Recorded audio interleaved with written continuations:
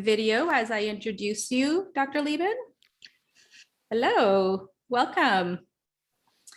Thanks for joining us. Pleasure.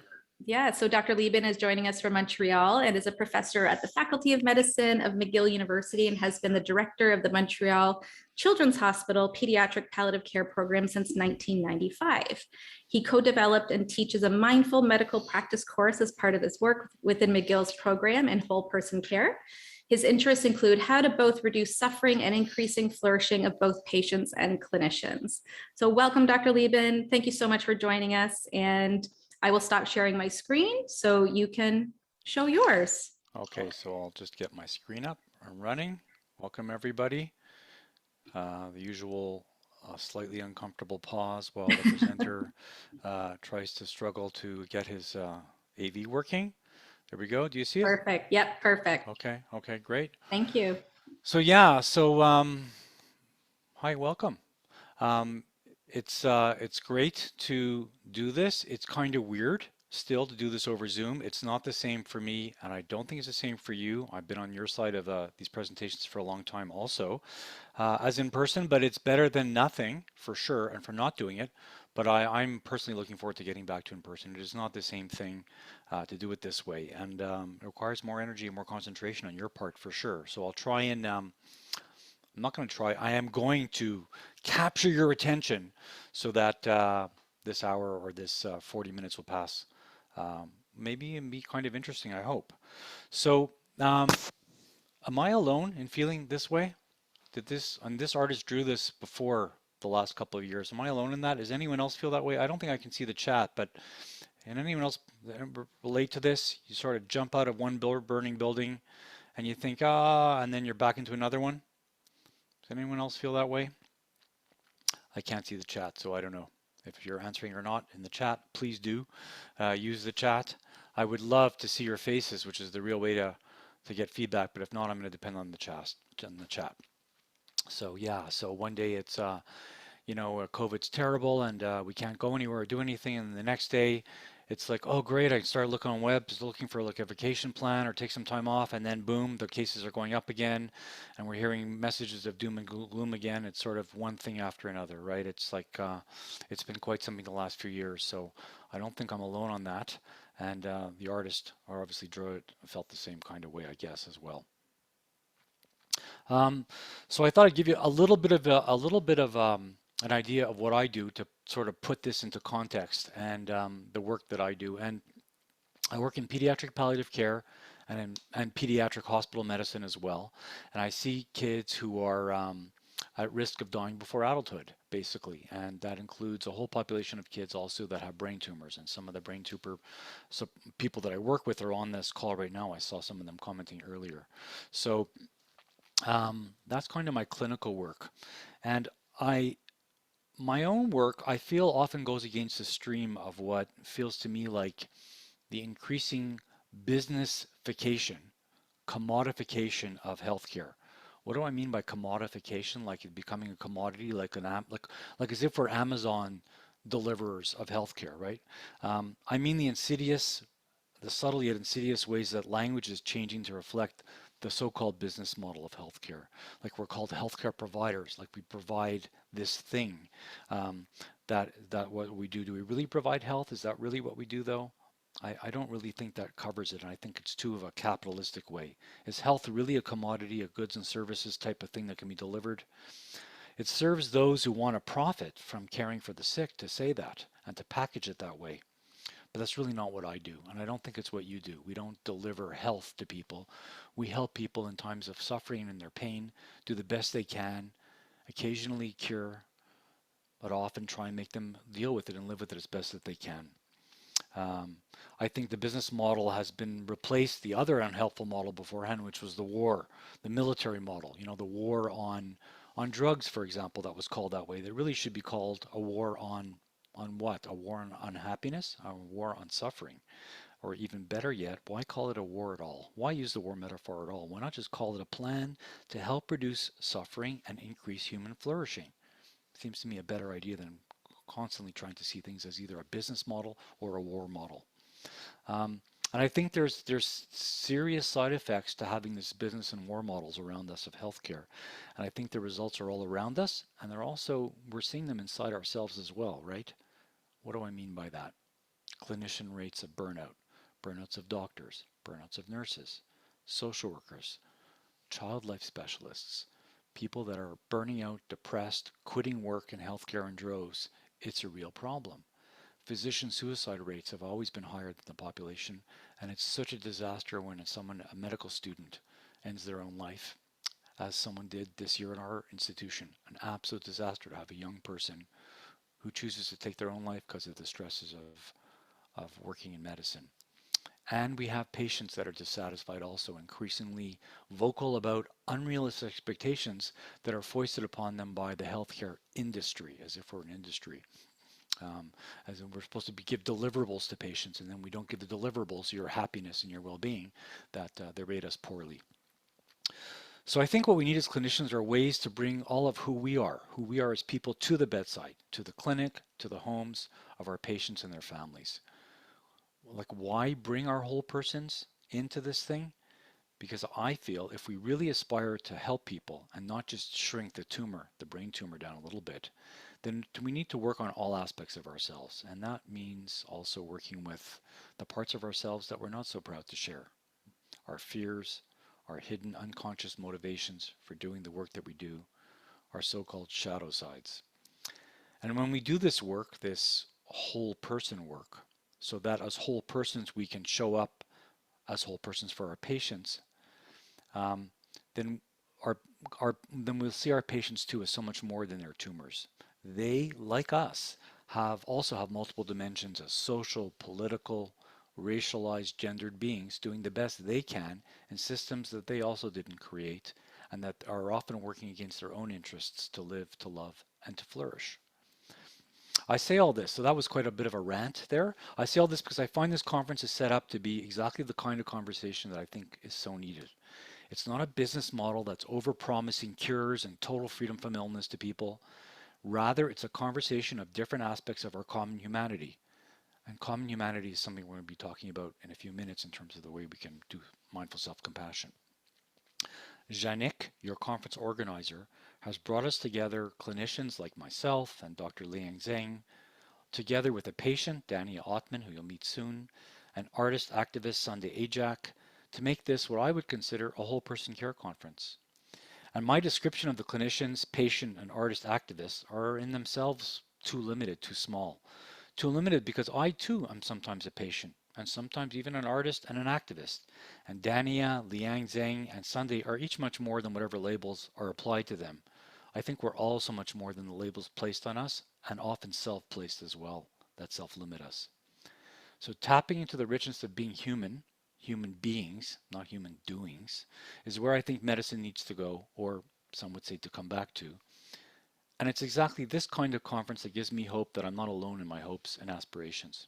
So it's with this long kind of ranty preamble intro that I want to share with you some practical things that I myself have found so helpful in relating to the parts of myself that have been difficult and therefore I have found blocked me from being the kind of physician that I want to be, the kind of person and clinician who connect with patients and colleagues.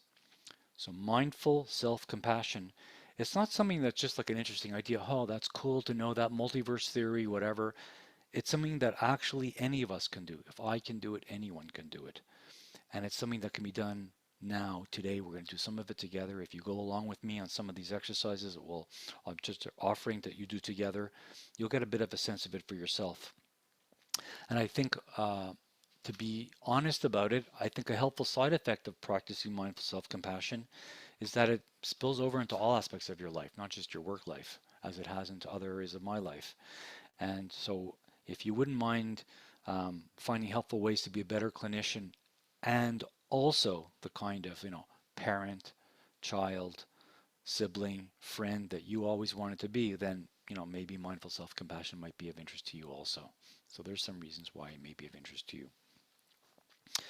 Okay, so there's a couple of photos here. So this is just this comes from a book called on a course that we give at McGill called Mindful Medical Practice. It's to all third year medical students. They have to take the course. It's obligatory, it's not an elective, and it's on mindful practices applied to medicine. And included in this course is a module on mindful self-compassion. So these are medical students sitting, it's 2 hours a week for 7 weeks. It's a lot of instruction in a room like that. Well, actually, that was the room. That's it. And those are photos of us in the room. There they are working in smaller small groups and larger small groups, and then practicing different things that medical students usually don't practice. Like those are examples of archetypes of the kinds of ways we can interact with others and models of communication. I won't get into all that because it's off the topic, but it does bring in whole person teaching and whole person to physicians, we hope, at McGill. Okay, so a couple of assumptions I'm going to make, and let's see if they hold with you. Number one, this is not like, you're broken and this is how you're supposed to get fixed. Nobody's broken. There's nothing that you have to fix. And yet, maybe there's ways that you could deal better with when things fall apart a bit, as I've learned to deal with a bit better. They still fall apart, but it doesn't mean that people are broken or anybody's broken. I'll also going to assume that you already have enough things to do in your life, that you have enough things professionally and personally, and you're not looking to do a whole bunch more things. So this isn't going to be a set of things that you should do or implied that you must do by any means. We'll talk about what it is exactly, but it certainly is not going to be a bunch of things that you need to do now to add to your day. I guess I also want to be really transparent on this. And, knowing something is not enough. Boy, I wish it was, that if we just knew something, we'd never do it again because now we know better. We all know that we sometimes eat something that we shouldn't, or ingest something that we shouldn't, or something like that. So, this is going to give you sort of some of the knowledge-based stuff, but it's just an offer really to explore mindful self-compassion further. It's also to acknowledge that there's a lot of systemic problems in the kind of healthcare environment that we're in. And this idea of mindful self-compassion is not that you're supposed to toughen up so you can take more crap that people throw at you or the system throws at you. It's to be able to do the best you can to thrive as best as you can. And at the same time, we have to advocate to make the changes that need to be made into the system. The over businessification of the system, for example, that it's overly marketed, and all the other things that need to happen to make things better. So this is not supposed to be like a cure-all for every problem in the world. This is one more tool that some of you may find helpful. I have found it very helpful, but I want to acknowledge that the system also needs to be fixed. I saw that there was a question there. I don't know if people can hear me okay or things are okay. Yeah, you're good, Dr. Liben. Okay, great. Okay. All right, so a bit of a brief true story, because non-true stories, I wish I had to make up the story. The truth is life presents plenty of obstacles to not have to make up stories. So this is from 2 weeks ago. This is from next to our house. It's a park called Westmount Park, and there's a little stream that runs along it. Anyway, that's a picture I took when I suddenly hit me that I should talk about this in the talk, because I was having a really difficult, and I am actually still having a really difficult time. Some people close to me have died suddenly and unexpectedly in the last few months, and it's been really difficult. And I was taking a walk and I was heading sort of home through the park, and when it hit me, the stuff that I teach, I'm supposed to know it, I teach it. Like I said, knowledge is not enough, right? And I suddenly had this realization. I said, oh God, this is suffering. I'm suffering from all these losses, these recent losses. This is suffering, and it's not a mistake. It's not like a problem that I have to solve. It's a part of being alive. It's a part of being human. Everybody goes through this kind of stuff one way or the other. It's an awareness that I was suffering. It's a realization in the moment that everybody suffers. And then the question came up, which is the third part of mindful self-compassion, which you're about to hear about, is, well, what can I do to find ways to be helpful now? And one of the real things that was helpful was just realizing in that moment, hey, this is not a mistake. It's not wrong to be in grief, to grieve. It's not a mistake. It's part of being human. It's such a trite thing to say when I say that out loud, and yet, really believing it, integrating it's a whole different thing. But you all know that in your own way. So first of all, there was a realization. It's trite. I knew I wasn't happy, but there's knowing I was sort of just unhappy and grieving, but I wasn't seeing it. I was just being it. I was like, it was consumed me. If you've ever seen somebody who's really angry and they're like yelling and stuff, and then someone says to them, "You're really angry," and they'll go like, "No, I'm not angry." You know, it's like they're so angry they're not even aware, right? You can be so immersed in something you're not aware. So I did have that realization. It wasn't some big epiphany. The lights didn't go off. I went, "Oh my goodness, the stuff I teach. This is it right now. This is it, Stephen, right now. I'm suffering. I'm not alone. Everyone has this. It's not a mistake." And that brought me to the third question, which is the self-compassion part. What do I really need now? What would really be helpful? Okay, so those are the three components: mindfulness, common humanity, and self-compassion or self-kindness. We'll talk about those. Then we'll do a little bit of a practice. If you're willing to join along with me, you'll get a little sense of it for yourself. Um, okay, so I said there's the three components. So, and just to be clear, the kindness part is compared to what usually happens. You know, if you think about what usually happens when you mess up with something, um, you make a mistake, you let yourself down, you say something wrong that you wish you didn't say. You know, what's the common reaction? Common reaction for many of us is that the inner critic comes on to the stage and comes on with you moron, you dummy, you know, I can't believe you did that. Oh, you're so stupid. All that kind of negative talk that we hear that inner critic doing. That's often what comes on, and this is kind of a different way of approaching that, and a way to handle that critic. It's going to come up for many of us, comes up a lot. Um, so to start off with, if I'm going to talk about mindful self-compassion and the three components of it, and then do a practice that involves those three components, because it's a practice, it's not just a theory. It's number one to be clear about what compassion means, and it's an awareness of the suffering of another person, accompanied by the wish to relieve it. Awareness of the suffering of another person, accompanied by the wish to relieve it. So, as opposed to empathy, and empathy would be awareness of the suffering of another, but not necessarily wanting to do anything about it, right? So you can be empathic potentially and actually not be helpful. You can be, you can be empathic and actually be harmful. You can use it in ways that are cruel by knowing what else bothers somebody and then using that for them. So this is actually, it's got both an empathic component coupled to an action as well, right? And compassionate staying, what that means is the capacity, the learned capacity, because some people have it naturally, but we all can get better at it, to be more compassionate. It requires a set of skills which are actually learnable, and this is part of what this is. So, and it means staying with being uncomfortable, because if I heard correctly about the number of clinicians working with patients with brain tumors, you know that when you're going to work, you're basically going to a situation where people are presenting to you their suffering, their major problem, right? People are coming to you and saying, I have a brain tumor, or you've just told me I have a brain tumor. Now what? You gonna help me? What are we gonna do here? They are not taking this lightly. This is huge. This is a huge disruption on their life. So if you're going to be empathic, and if you're in this work, you clearly are, if you're doing this work, that means you're going to know that they're suffering. You're going to be aware of their suffering. To be aware of suffering is to an extent to suffer yourself as well. Maybe the word suffering doesn't really work for you.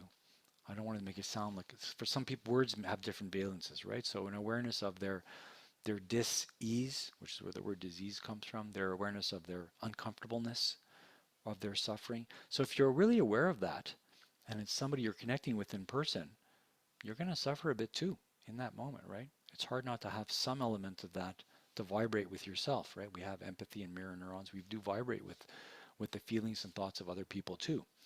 So when we're uncomfortable, if we don't learn to stay with that uncomfortableness long enough to have it be acknowledged, then what can happen is if we push it away, we don't serve our patients. So if we hear someone's distress, oh, I don't know what I'm going to do anymore. I have this tumor. Oh my God, I'm a musician or whatever. I can't live like that anymore. If you're unable to stay with your own internal suffering, then things will come out of your mouth unconsciously like, oh, don't worry. We have many treatments. It's going to be fine, blah, blah, blah. Okay? You're going to say things to try and tell them why everything's going to be fine so that you can feel better, because they're being distressed is distressing you. So the healthcare giver that can't hold their own distress will inevitably not be able to be there to really be helpful to the other person, because the other person won't feel heard, because they know everything's not going to be just fine most of the time, right? You can't fool people with that. All they really hear is they're not really being heard. Okay, so being able to hold that uncomfortableness, that suffering, is a learned skill, and it's not easy. But you already have some capacity if you're already doing it. Maybe you're experts in it, and you should be telling me that. But I can't see your faces, so I don't know. The body language response to this, I have no idea. Um, it's a learnable skill. So you're compassionate to others, right? You go to work, they come to you with their problems. People rarely come to the office and say, "Hey, Dr. Liben, my child, everything's going super great. Just wanted to say hi. Okay, bye." That doesn't happen a lot in my day. I don't know about your day, but the pediatric oncology clinic, there's not a lot of that going on. Okay, there's a lot of suffering going on, and there's a lot of people trying to make people's lives be less awful than they would be if they weren't there, right? So we're involved in compassionate staying all day long, and self-compassion, it's not something that, well, it's this. Instead of it's compassion there, you sort of turn the compassion back on yourself. So can you be as kind to yourself as you are to others? And if you're not, if you're like many of us are, like I often am, harder on myself than I would ever be on somebody else. When I do something wrong or forget something, it's like, oh, that was so stupid.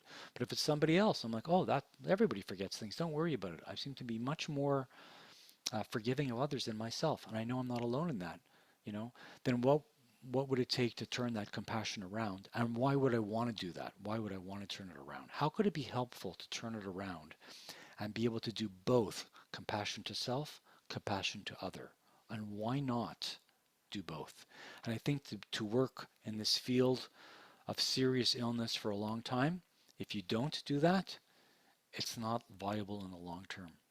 I don't think it's viable in the long term. It's not a mistake that I'm teaching this stuff, because I need to learn it. And I've been doing this work a long time, right? 25 years of working in pediatric palliative care, more or less. So that to keep working in this field, you've got to do both, I think, for the long term. Okay. Uh, I'm just putting this up there to give you an idea that there's other models of compassion that are out there. I think this is another excellent one. It's by Joan Halifax. You can look it up. You can Google it. You can email me afterwards. I'll give you my email address. No problem. You can email me if you have questions or you want any of the references, whatever you want. It'd be my pleasure. But compassion can be seen as composed of non-compassion ingredients. So I won't take you through this whole figure. It's quite complicated. But by building up the things you can build, things like your capacity to pay attention in a particular way, like your ability to bring yourself grounded back to sensations in your body, things like understanding perspectives on suffering and illness, and on having some capacity to emotionally regulate, then those four areas are each workable. They form this magic thing called compassion. There's no exercise where you just sort of, give yourself an injection of compassion, but you can work on the different components that together make up compassion. I think it's an interesting model, and it's actually the way that a lot of this work is being done. So just to put that out there as another very helpful model, I think, for this. Okay, so we're going to talk about, well, you're not going to talk because I can't hear you. I'm going to talk about mindfulness and the three components, right? Mindfulness, common humanity, and self-care or self-kindness. First of all, just to be clear about what mindfulness is, and it's the hardest thing to be clear of because it's a feeling. It's not a concept of mindfulness. It's an embodied sense, because we're talking about states of consciousness. When we talk about what mindfulness is, we're talking about a state of consciousness, and words, they have a hard time getting there. So here's the words part of it, and we'll do a bit of a practice for a couple of minutes to see if you can get a bit of a feeling from it. But basically, it's in this picture, right? So this is me walking in the park, grieving, just feeling it all, and it is me. It's me. I'm grieving, I'm upset, I'm unhappy. And then there's that moment of, oh, this is suffering. It's me seeing what I'm doing as a problem I am having. It's not that I am the problem. I can see it out there. And I also can see that the birds were chirping that morning and the water was running in the stream. I'm less all consumed by it. It's a part of the panoply, the palette of my experience in the moment. And it's not that it's the whole thing. So it helps for like rumination, thought rumination, when you go over the same worrisome thoughts over and over again, you can sort of put them up there and sort of see them from a little bit of a distance, a tiny bit of breathing distance, to not over identify with your thoughts, to not over identify with your emotions, and to not over identify with your sensations. You ever want to over identify with sensation? Just think of when the dentist starts taking out the syringe to give you the Novocaine, or you have a bad toothache. 100% of your attention becomes the physical sensation, and it becomes your all consuming problem. So, and I would also posit that if we're going to get really good at ignoring our own pain, and we can really develop skills at that too, at suppressing and repressing our own pain and suffering, then we're going to have a hard time really having our hearts open to feel compassion for others.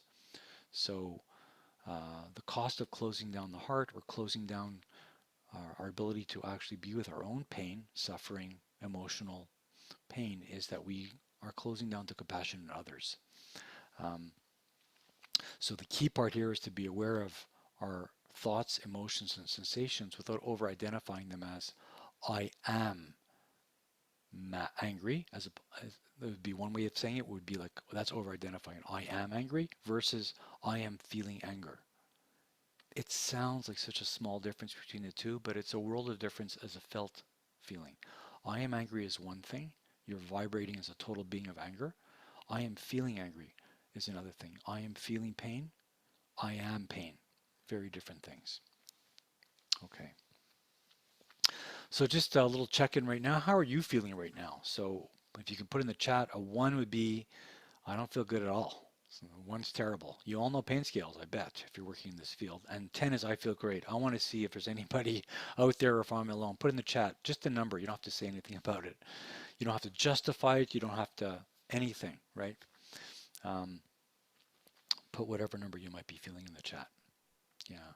Can you see the chat, Dr. Lieben? I can. I do Okay, see great. it. I see a lot of 6, 7s, 8s, 9s, and some 3s. Yeah, that's right. That's what it feels like sometimes. Sometimes it just feels shitty, and sometimes it's just a 1 or a 2. That is the way it feels, right? And mindfulness is being aware of what you're currently feeling. It's not about feeling good all the time. No one feels good all the time anyway, but it's having an awareness to do that. Thank you for doing that. So mindfulness. So gonna offer a bit of a practice right here, a very brief kind of thing, and the key is to lower your expectations. In fact, I think that's a good overall thing that I need to do often in life. Just lower your expectations. It's often helpful. They're often too high. You're not going to feel peaceful and floating and all that. If I had that, I'd be an incredibly famous rich person who'd be buying Twitter or something like that, making Twitter a better place, actually, not a worse place. So mindfulness, we talked a little bit about how it's separating out the disidentification of what you're thinking and feeling and sensing from what's actually happening. But to give an example of that, I think let's just try a little bit of it now. So we're going to do a seated body scan. For those of you that are sitting in chairs, I'm going to give you some instructions. I'm standing up. I'm going to do it as if you're sitting in a chair. This is an offering. I'm not telling you what to do. You don't have to do anything. But if you're at all curious to see if your shift, just slight little shift in the way that you're thinking and feeling, you might want to give it a try. I'm going to do it with you for real. Okay? I'm not pretending or just acting. I'm going to do it as well. So the first thing is the posture. So that posture on the left there of the person with their head down on their laptop, pretty familiar with that feeling too. I would invite you, if you're in your chair, um, to sit fully in the chair, to have your seat seated fully on it. I notice when I'm rushing, I'm often on the edge of my chair, my hands on my keyboards like this, rushing. Never a good thing. I love the distinction between rushing and moving quickly. Huge difference. There's never really good reason to rush. There are good times when you have to move quickly though. So in your chair, fully seated back, having your back here, slightly in front of the backrest, so you're not like leaning, slouching back. The idea is to be sitting in a position that's awake, alert, upright, but not too tensely upright, right? Hands can be placed on your thighs, or crossed on your belly, whatever works best for you. And it's really helpful to have both feet on the floor, fully grounded on the floor for this as well. And if you're now sort of in that position a little bit, if you just take an in-breath, breathe in, bring your shoulders up, and then draw them back, and then let your breath out, and just bring them down, and just one more. So bringing your in-breath up towards your ears, and then back, and then letting them drop back down. That's good. And then just having your hands resting on your lap. And then you can choose to have your eyes open if you prefer, or your eyes closed. For myself, I find it easier to go a bit more internal with my eyes closed. So you may choose to do that. And if you choose to have your eyes open, you might want to have them focused sort of softly a couple of feet in front of you. It's the opposite of staring. It's sort of a diffuse focus. And then to just, when you're ready, when you feel comfortable, to bring your attention to the sensation of your left foot on the floor. To just see what that feels like right now. As if in your mind's eye you're traveling to the left foot. And just feeling the different pressure points of the top of your foot and your toes, around to the sides of your left foot, to the heel of your left foot. You're not necessarily moving it around or wiggling any of your toes or doing anything like that. You're just sensing what's already there. You're just feeling the sensations that are already present in that left foot. And you can bring your attention to the inner malleolus, the bone on the inside of your right ankle, just the very tip of it, where the skin is very sensitive, often has no hair, often not exposed to a lot of light. There's not a lot of subcutaneous tissue there, and you can just see, what does it feel like on the tip of my left inner malleolus, the ankle bone on the inside, and then swing around to the left outer malleolus, the bone on the left side of the ankle, and just at the very tip of it, and then bring your attention to the back of your left calf, up at the bottom where it inserts into your ankle, and then progressively up to the back of your knee. And then swing your attention around to the front of your shin, at the base where it inserts onto the foot, and then progressively up so that now your attention is resting on your left patella, your left kneecap. And just pausing there for a moment and just noticing whatever you notice. Might be some sensation of your clothing on your left kneecap, or a bit of warmth or coolness, or perhaps not much at all. That's noted also. Okay, whatever's there is there. Then up to your left thigh, you might feel your hand on your thigh if your hands are there or not. You might just feel your clothing. Then up to your left buttock as it sits in the chair, sits in the seat. And just noticing the pressure, the different pressure points, how it's distributed. Is it distributed equally or unequally across your seat as you sit in the chair? Just noticing what that feels like, the pressure. And then bringing your attention down to the bottom of your right foot, to the tips of your toes. You might feel them sort of touching your shoe or your sock. Then to the base of your right foot, the points of contact with the floor or carpet or shoe. Then around to the inner malleolus, the inner ankle bone, just the very tip, feeling what that feels like, and then out to the lateral malleolus, what that feels like, and then back up to the back of your calf on the right foot, the right leg now, the lower leg on the right, the calf. Can you identify the insertion point of your Achilles tendon on the right, or just round about where that is, and just see, what does that feel like right now? Just the sensation, not the emotional temperature of it, but literally the sensation. Is there anything there? Then up to the front of your right shin, up to your right kneecap, your patella on the top. And then, if you dare, take an imaginary excursion from your patella at the surface of the skin, and imagine you're sort of going inward inside your right knee. So skin into subcutaneous tissue. What does that feel like to the periosteum of your patella? And then you're into the knee joint on the right side, into the synovial fluid. Who can feel their synovial fluid? And then back out to the right under part of your right knee, to that skin that's very sensitive in the back of our knees that hardly ever gets any sun. And just right now, can you identify what it feels like for you which sensations are present. The back of your right knee. There might be a light sense of pressure, perhaps some coolness. And then up to your right thigh. You might feel your hand resting on your thigh, different pressure points, or just your clothing on the right thigh. And then to your right buttock. And then to your seat in general as it sits on the chair. The different points of pressure of contact with the chair. Whatever there is right now, just accepting them for what they are and just noticing what they are. Not judging them as good or bad or better or worse, but just saying, oh, that's what's happening now. Then up to your belly. And you might want to take your hand and just place it on your belly and just leave it resting there for a moment. And just notice that with each in-breath, each time you breathe in, your belly expands and your hand goes outwards. And then as you naturally breathe out, it goes a bit back inwards again. And for like the next 2 or 3 breaths, if you can just follow your hand, your breath, your belly, as it rises and falls. Thoughts are going to happen. They probably have already happened in many times, in many ways. Not a problem. You're not trying to stop your thoughts.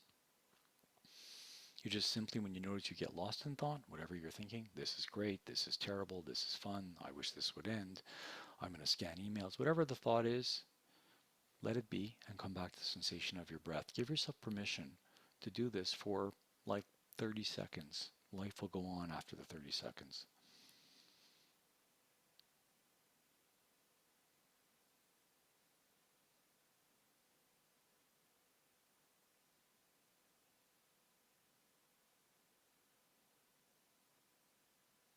Okay, thank you. For those of you who tried that, that's great. And for those of you that didn't, that's fine too. Can anyone, if you could just write in the chat what you noticed. So not comments on how fun it was or not fun, but just what you noticed. If there's anything that you noticed at all, if you could just put them in the chat.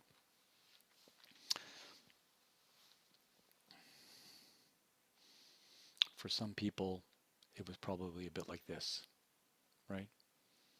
Lots of thoughts all the time, barely hearing my voice, maybe hard to follow with anything. I'm hungry, all these kinds of different thoughts that come up. Very common, and very common for me. Still, after doing this for many years, it's very common.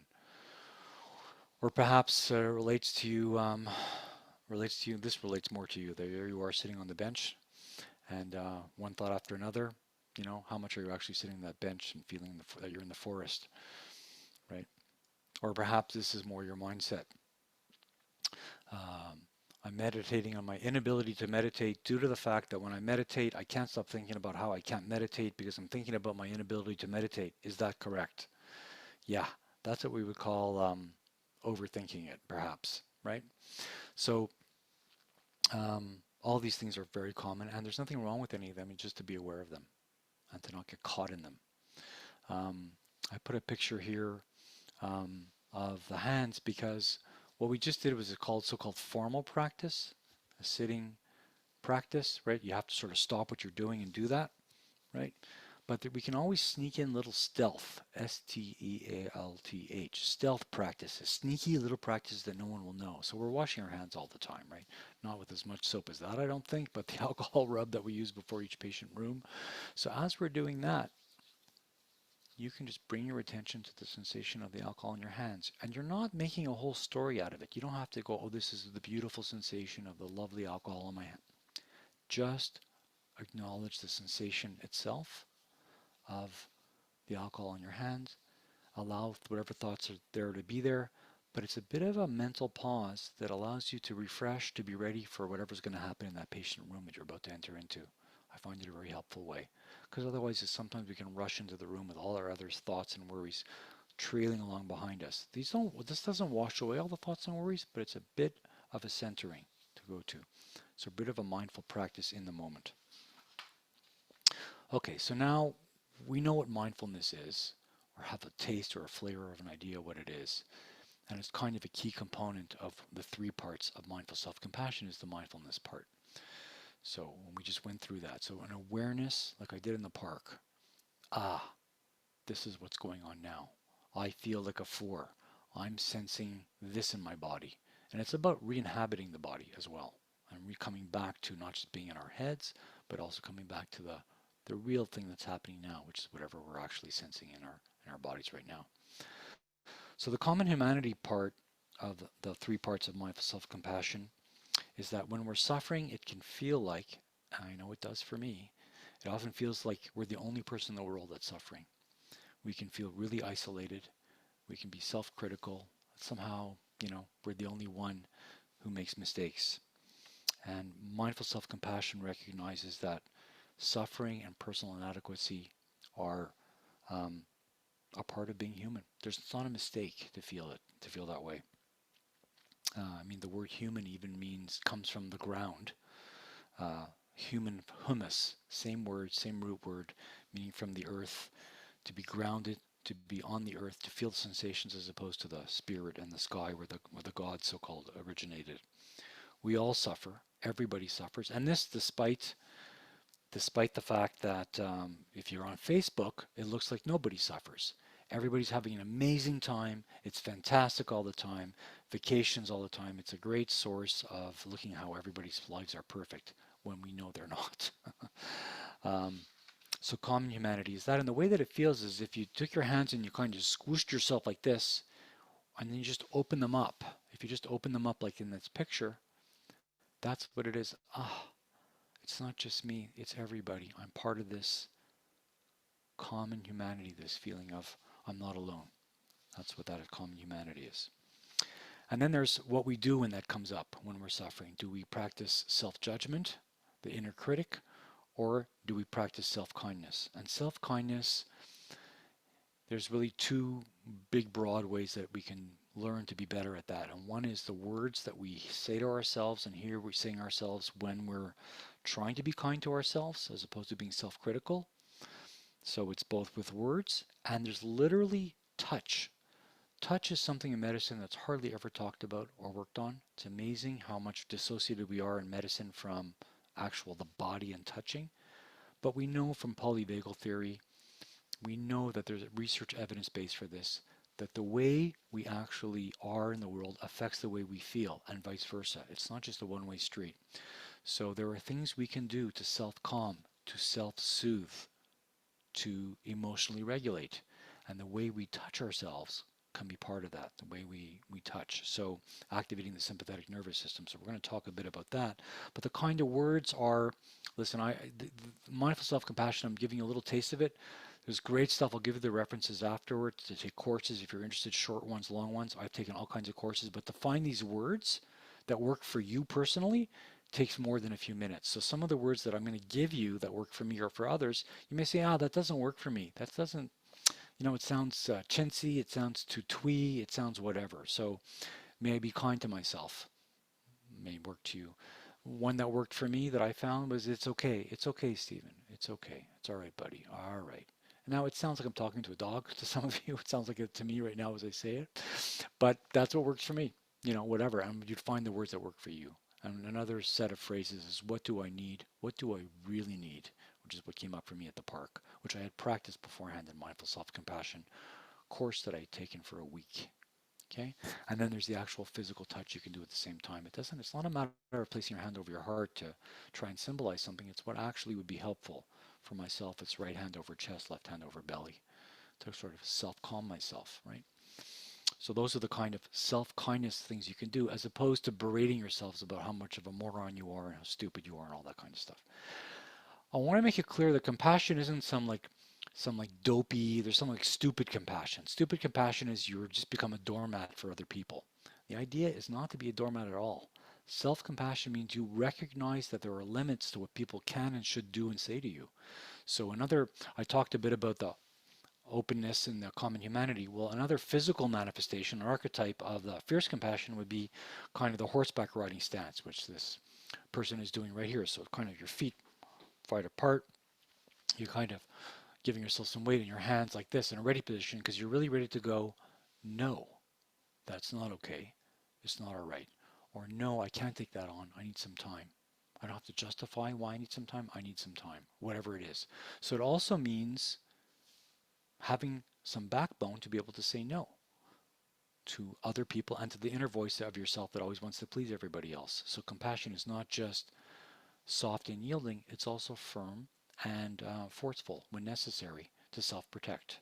In the same way that a mom will protect her, a mama bear will protect her baby cubs, or a mama human will protect her baby humans. Okay, so this is the yeah but part of this thing. It's like, yeah, well, whatever. So first of all, if you can activate the poll. Sure thing. Yannick, yeah. So self-compassion sounds like a form of self-pity to me. So just answer true or false. What do you think? Does it sound like a form of self-pity? Just give everybody a second to Yeah, answer. for sure, for sure. So what I see is I've done too good a job of telling you about how I feel about it. Oh no, nobody feels that it's a form of self-pity. Good. So I don't have to drag that out. Okay, never mind. On to the next question. It's not a form of self-pity at all. Okay, it's self-care. Good for you guys. Next question, next poll question. See if I can get to it.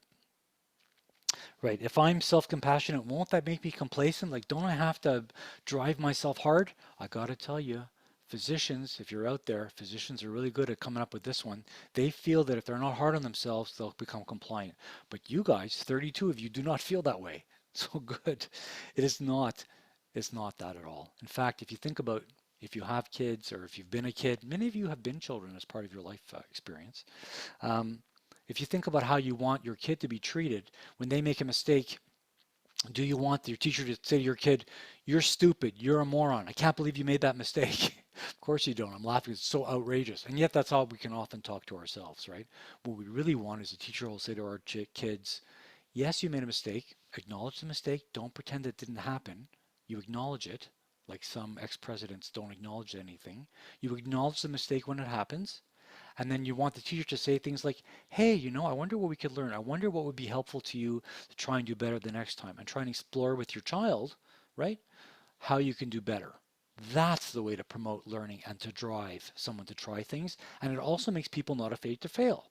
Because if you know that you can be self-compassionate after you've failed, you're like, all right, I'll try this. Failing isn't the end of the world. Because if you're so hard on yourself that you fail, you're going to be so hard on yourself, you'd be afraid to fail, which is what happens to students who answer a question wrong and get slammed. They learn to don't answer questions wrong. It's not worth it. Okay, and the final poll question. Here you go. Yeah. So self-compassion will make me selfish and self-indulgent. How many of you feel that way? Yeah. Nobody. Amazing. You guys are like, self-compassion experts basically, right?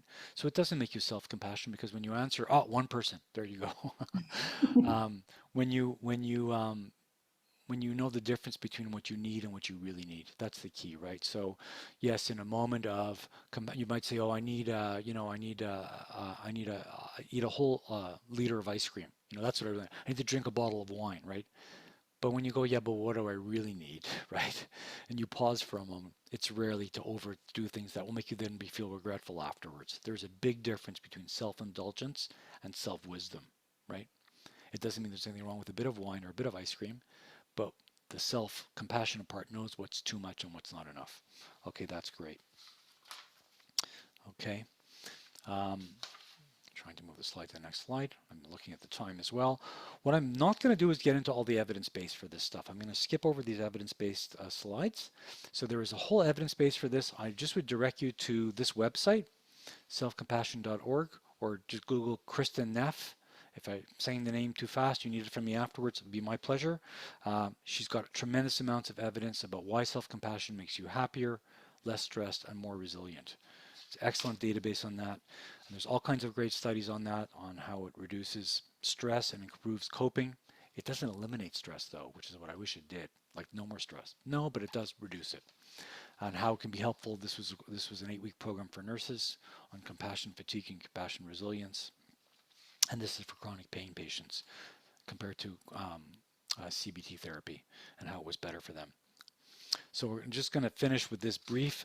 This is a 5-minute exercise. It's called the self-compassion break, and I'm just going to guide you through it. So if you're seated in a chair, if you could just take that position again with both feet on the ground. This is going to be very brief. It's 4.5 minutes long, and then we're going to end on this.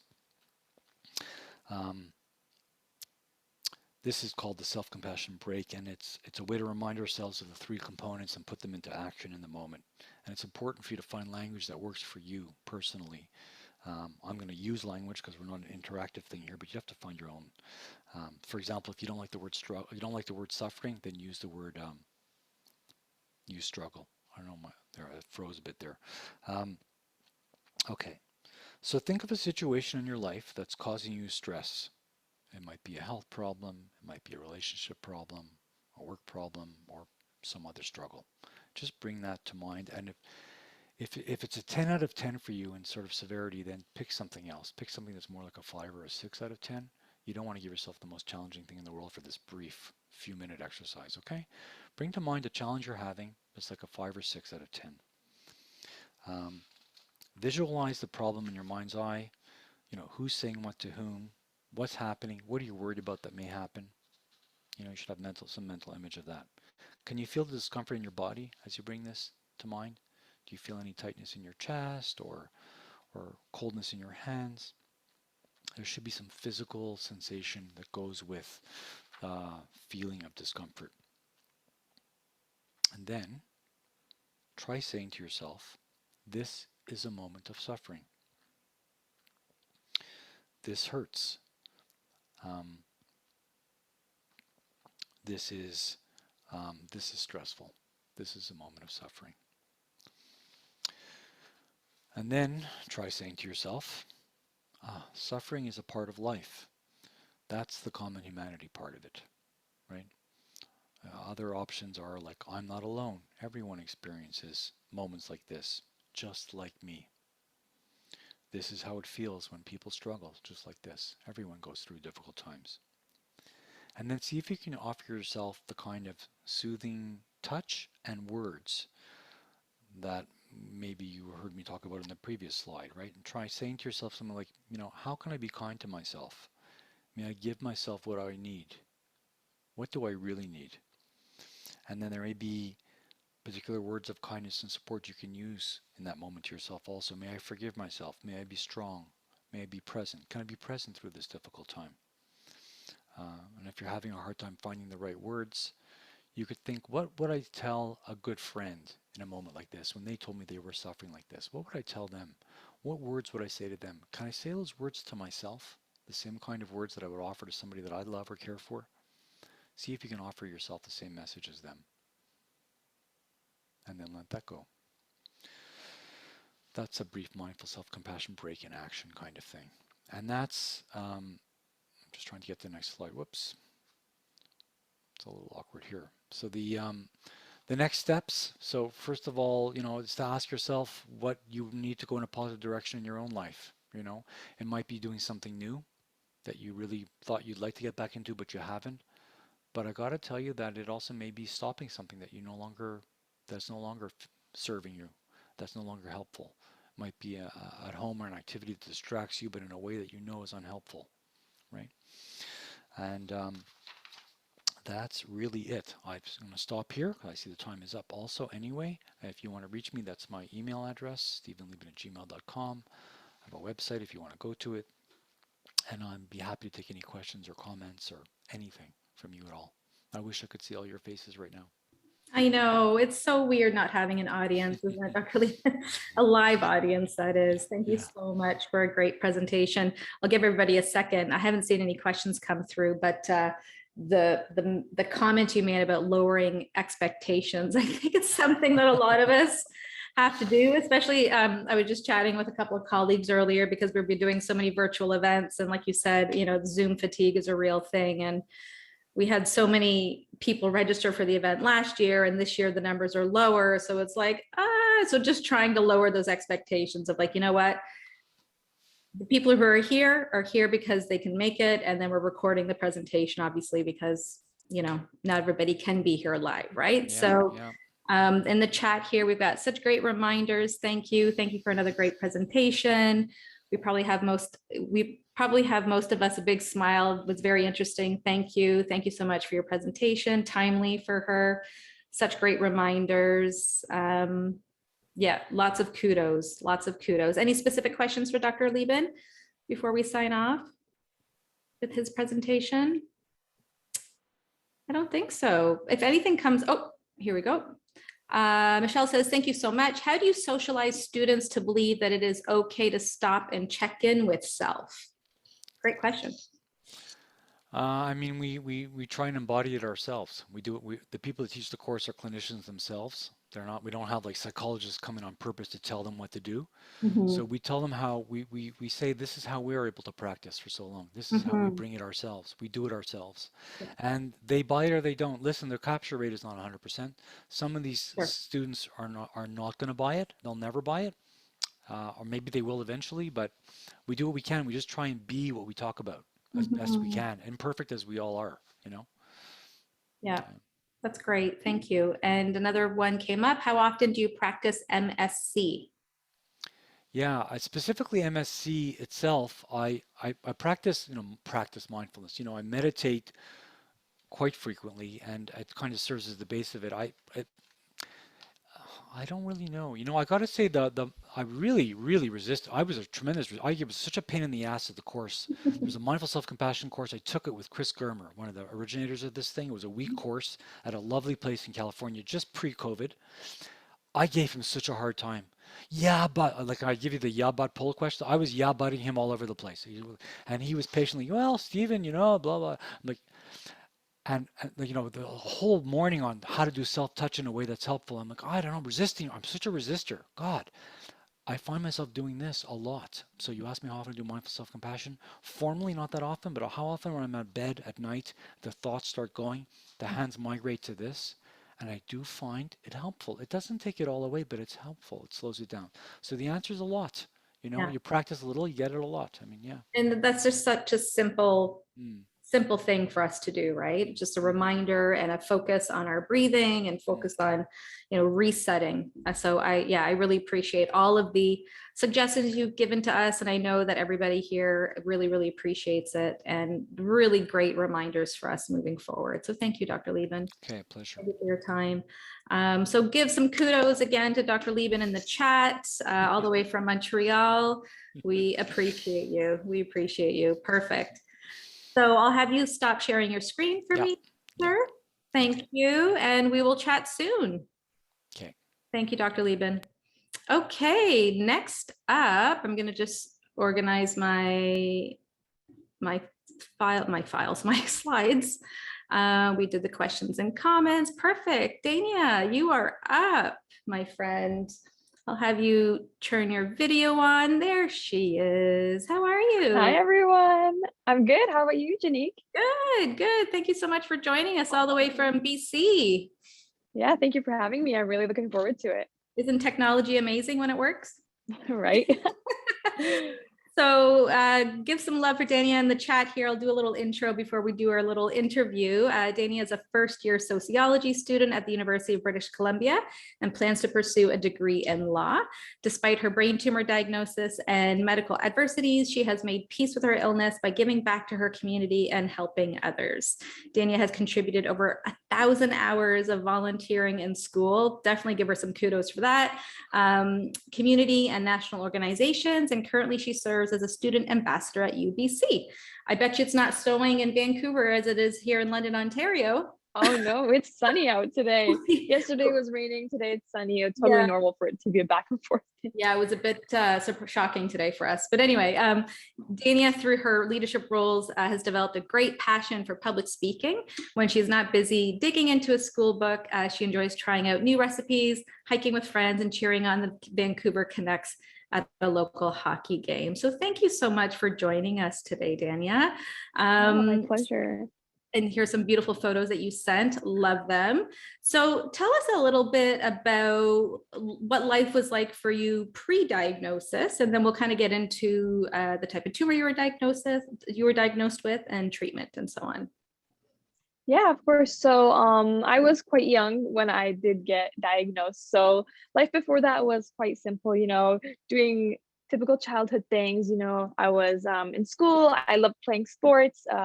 I, with my friends and family, go regular trips, yeah, it was a pretty typical, life until my life changed suddenly. In 2011. Yeah. So tell us a little bit about the symptoms that you had maybe leading up to your diagnosis, and then what your diagnosis was. Yeah, so I remember it started with the heavy pounding headaches. We all get headaches sometimes, but it was to the point where I would go to my mom and say, "Mom, can you just squeeze my head?"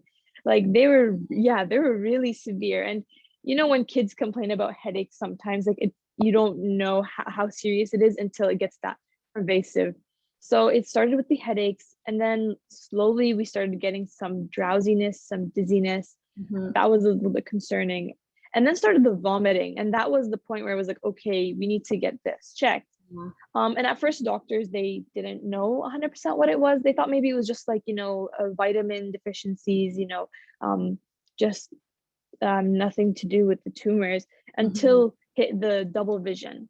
Mhm. There was a lot of double vision, and that was a concern. And I would kind of black out sometimes, Okay. like kind of like in a passed out state. But yeah, so that was when we went to the emergency room and they did the CT scans and yeah, saw the tumors. Mhm. Can I ask you, when you were feeling nauseous and vomiting, was it mostly in the Mhm. morning, or was it different hours of the day? Do you remember?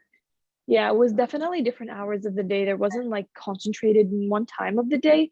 Oh. So even at school, sometimes I would vomit and I Mhm. would have to be called home. It was very chaotic with the vomiting. Yeah, the reason why I ask is because I know, especially with pediatric brain tumors, it's kind of a warning sign for parents where if a child wakes up for school and they vomit, but then they feel better, they go to school, they're fine, they go to bed, and then the next morning they vomit again. Apparently, what happens is that, the cerebral fluid kind of pools to one area of our brain when we're sleeping. And when we get up, if there's pressure from the tumor, pressure against the skull, it might cause nausea first thing in the morning as the cerebral fluid kind of recalibrates. So anyway, I was just curious to see if Yeah. you could experience that. Okay, so you go through the CT scan and your diagnosis is? So I was diagnosed with astrocytoma or disseminated low-grade glioma. Yeah. And yeah, so it was. Okay. And so what was the treatment that they offered at the beginning? So for what they wanted to do is they wanted to operate just to remove the tumors. Mhm. But once they saw upon operation that the tumors were in very sensitive spots Mm. that could potentially damage, hearing and vision had they been touched. So the backup plan was instead to insert a VP shunt, which is basically like a pump that drains the excess fluid from the brain just Right. to to reduce the growth of the tumors and to make sure there's not that pressure buildup within my head. So Yeah. that's what was done. Okay. Okay. And so obviously no radiation, no chemo, Yeah, just it was actually suggested, but just to get rid of the tumors. But it wasn't like they were like maybe you can hold off on it and wait, and we did that, and luckily that worked for me. yeah, yeah, for sure. And because you were diagnosed with a low grade brain tumor, right? So typically treatment is surgery and nothing else. Yeah. But for those of you who are maybe new to the brain tumor world or mostly work in neuro-oncology, we have many patients who are diagnosed with a low-grade tumor who sometimes actually go to the cancer center for radiation or chemo, especially if it's in an area of the brain that the physician can't do surgery, right? So it's a way to shrink. And actually, that's a big reason why we created the handbook, the non-malignant handbook, to educate not only those who are diagnosed, but also to educate healthcare professionals, because we're trying to shift the language as well. So, we've heard over the years that, some people get a diagnosis of a low-grade brain tumor and they're told, oh, you got one of the good ones, it's benign. But we're trying to shift that language, right? We feel there's nothing benign about having a mass in your control center, even if it is a grade 1 low grade brain tumor, because it can have long-term effects for the person, or they may not be able to access all types of treatments. So thank you for sharing that. So how did you cope physically, mentally, emotionally during that time when you went to surgery and your recovery? How was that for you? Yeah, it was definitely a shock for a 7-year-old, to hear that they're going into surgery the next Yeah. morning. Yeah, like I remember that night it was tough because I kept thinking about it. Like, in the movies when you see surgeries, you see scary lights and rooms. But luckily my parents were there. And they stayed with me the whole night. My mom even stayed in the bed with me. It was a really big support. She kept telling me it's okay, you're strong. You will get through it, and this is a challenge, and you're gonna get over it, and that shows how much of a strong person you are. So, Yeah. just the comfort from there, it did really alleviate the stress that Yeah. came with that like anticipation of a surgery the next morning. And also, yeah, of course, the nurses and the staff, they're all so extremely kind and friendly about it. And they would answer if I had any questions, and they'd be like, it'll be quick. Like they didn't make it seem like it's the world is ending. It's not that big of a deal. Like you will get through it. And yeah, so just the support from there was really, I think, integral to just getting through it in a really good way. Sure. Were you guys based in BC at the time when you were diagnosed? Yes. So you would have we were gotten in treatment. Vancouver. Yeah, so you would have gotten treatment from the BC Cancer Children's or the BC Children's Hospital. Yes, Yeah, the BC Children's Hospital. Yeah, it's a great team there.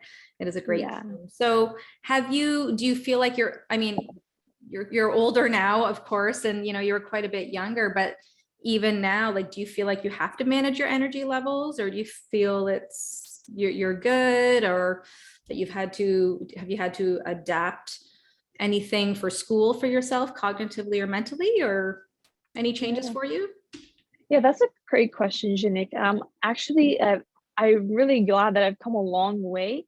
Like thinking about it in the beginning stages after my initial surgeries, those were very tough days because I started to have chronic daily headaches, which were a big, like they hit me like a truck because I couldn't go perform as well as I wanted to in school. I couldn't participate in athletics. It was really just I felt like I was being slowed down in life, and because I kept having to lie down and rest. So, but I kind of think that if you feel that pain at the beginning, even if it's a little headache, like rest it off so that you can treat it while it's still initially there, so that it doesn't build into something like worse. And doing that over the years, I've been doing that, and now honestly the headaches have like thankfully subsided, and it's been a little bit easier. But I do feel that sometimes I do need to still prioritize my health, and just think about the health that's important, and rest even if there's a big schedule ahead of me. Rest so that it gets better before it gets worse. That's a great tip. That's a really great tip. And do you still go for scans now that you're older? Do you still go for regular scans? Yeah.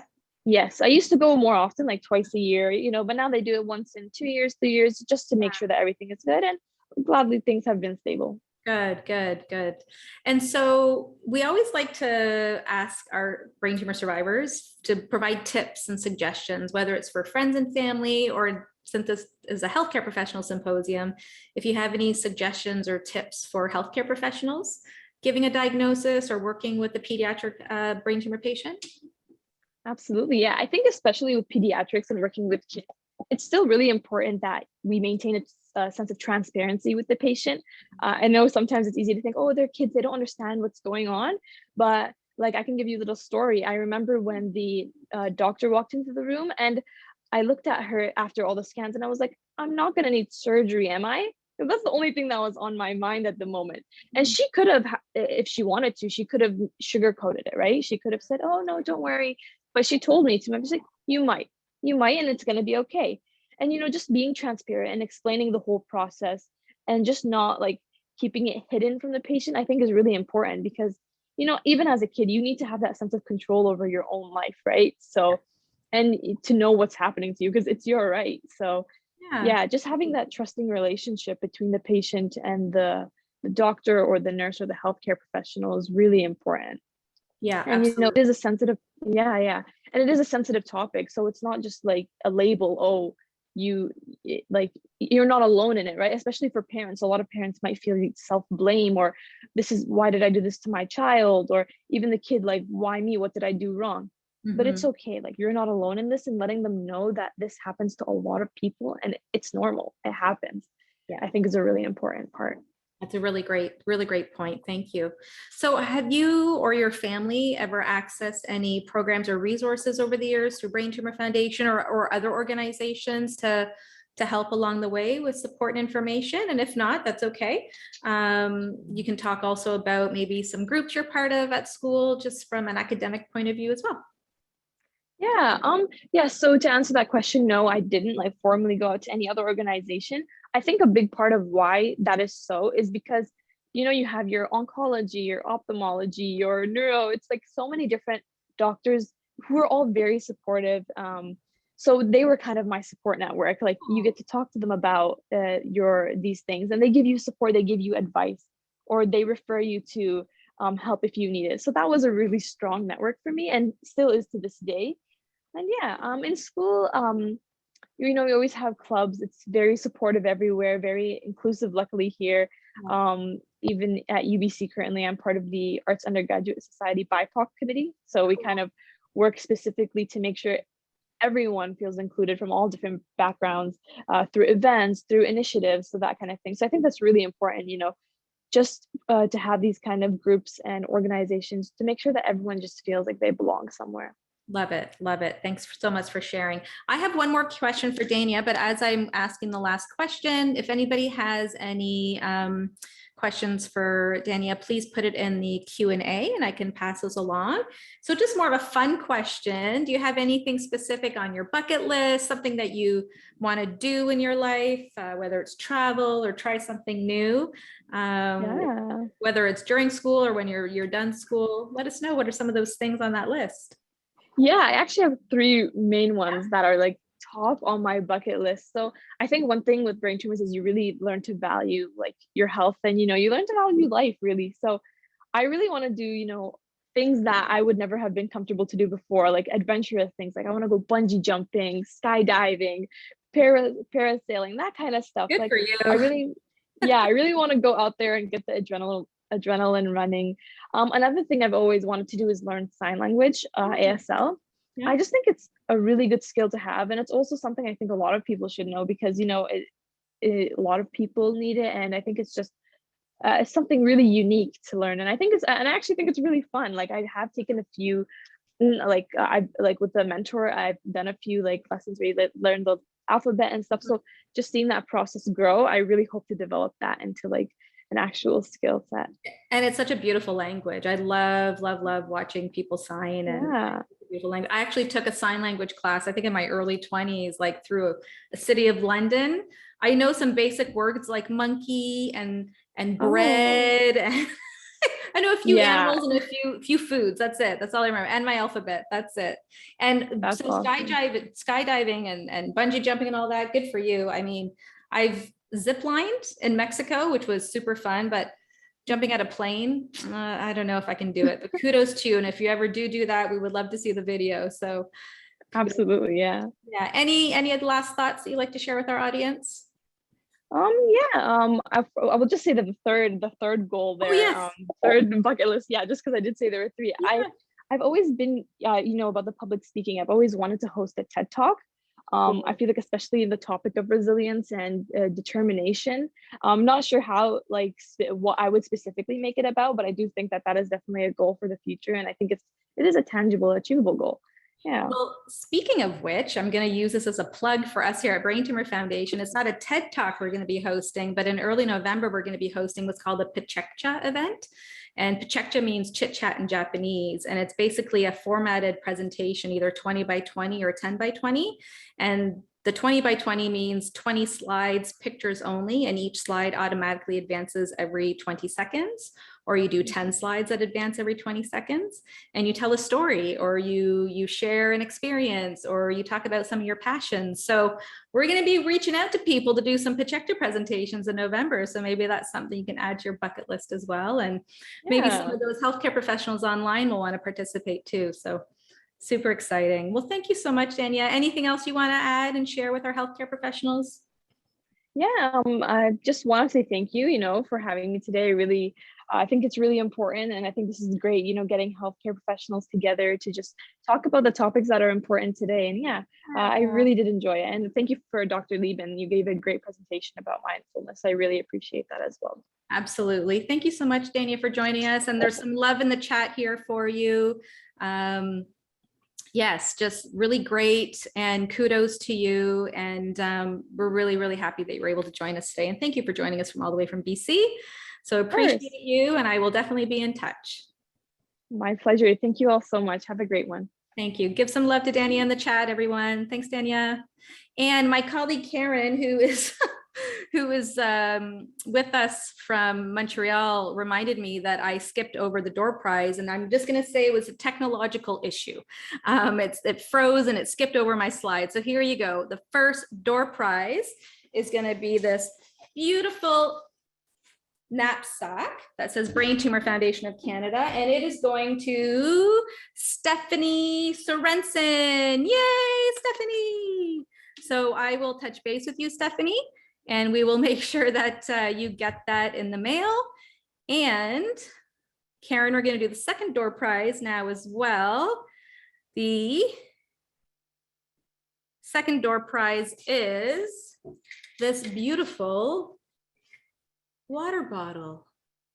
And who does it go to, Karen? Let's see it in the chat. Give Karen a second to announce in the chat who the winner is of the bottle. Elise Vergriette. I'm going to say it en français. I don't know if it's en français, but Elise, yay, Elise. I will be in touch with you as well. Thank you.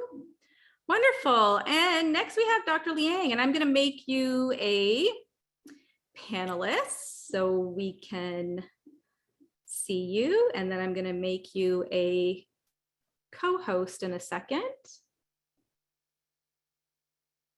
Perfect. Here we go. And when you have a second, oh, there he is. All right. Hopefully you can hear me and see. I can hear you. Yep. Can you say something again? I just want to make sure the sound's okay. Yes, I'm here. Perfect. Wonderful. Welcome.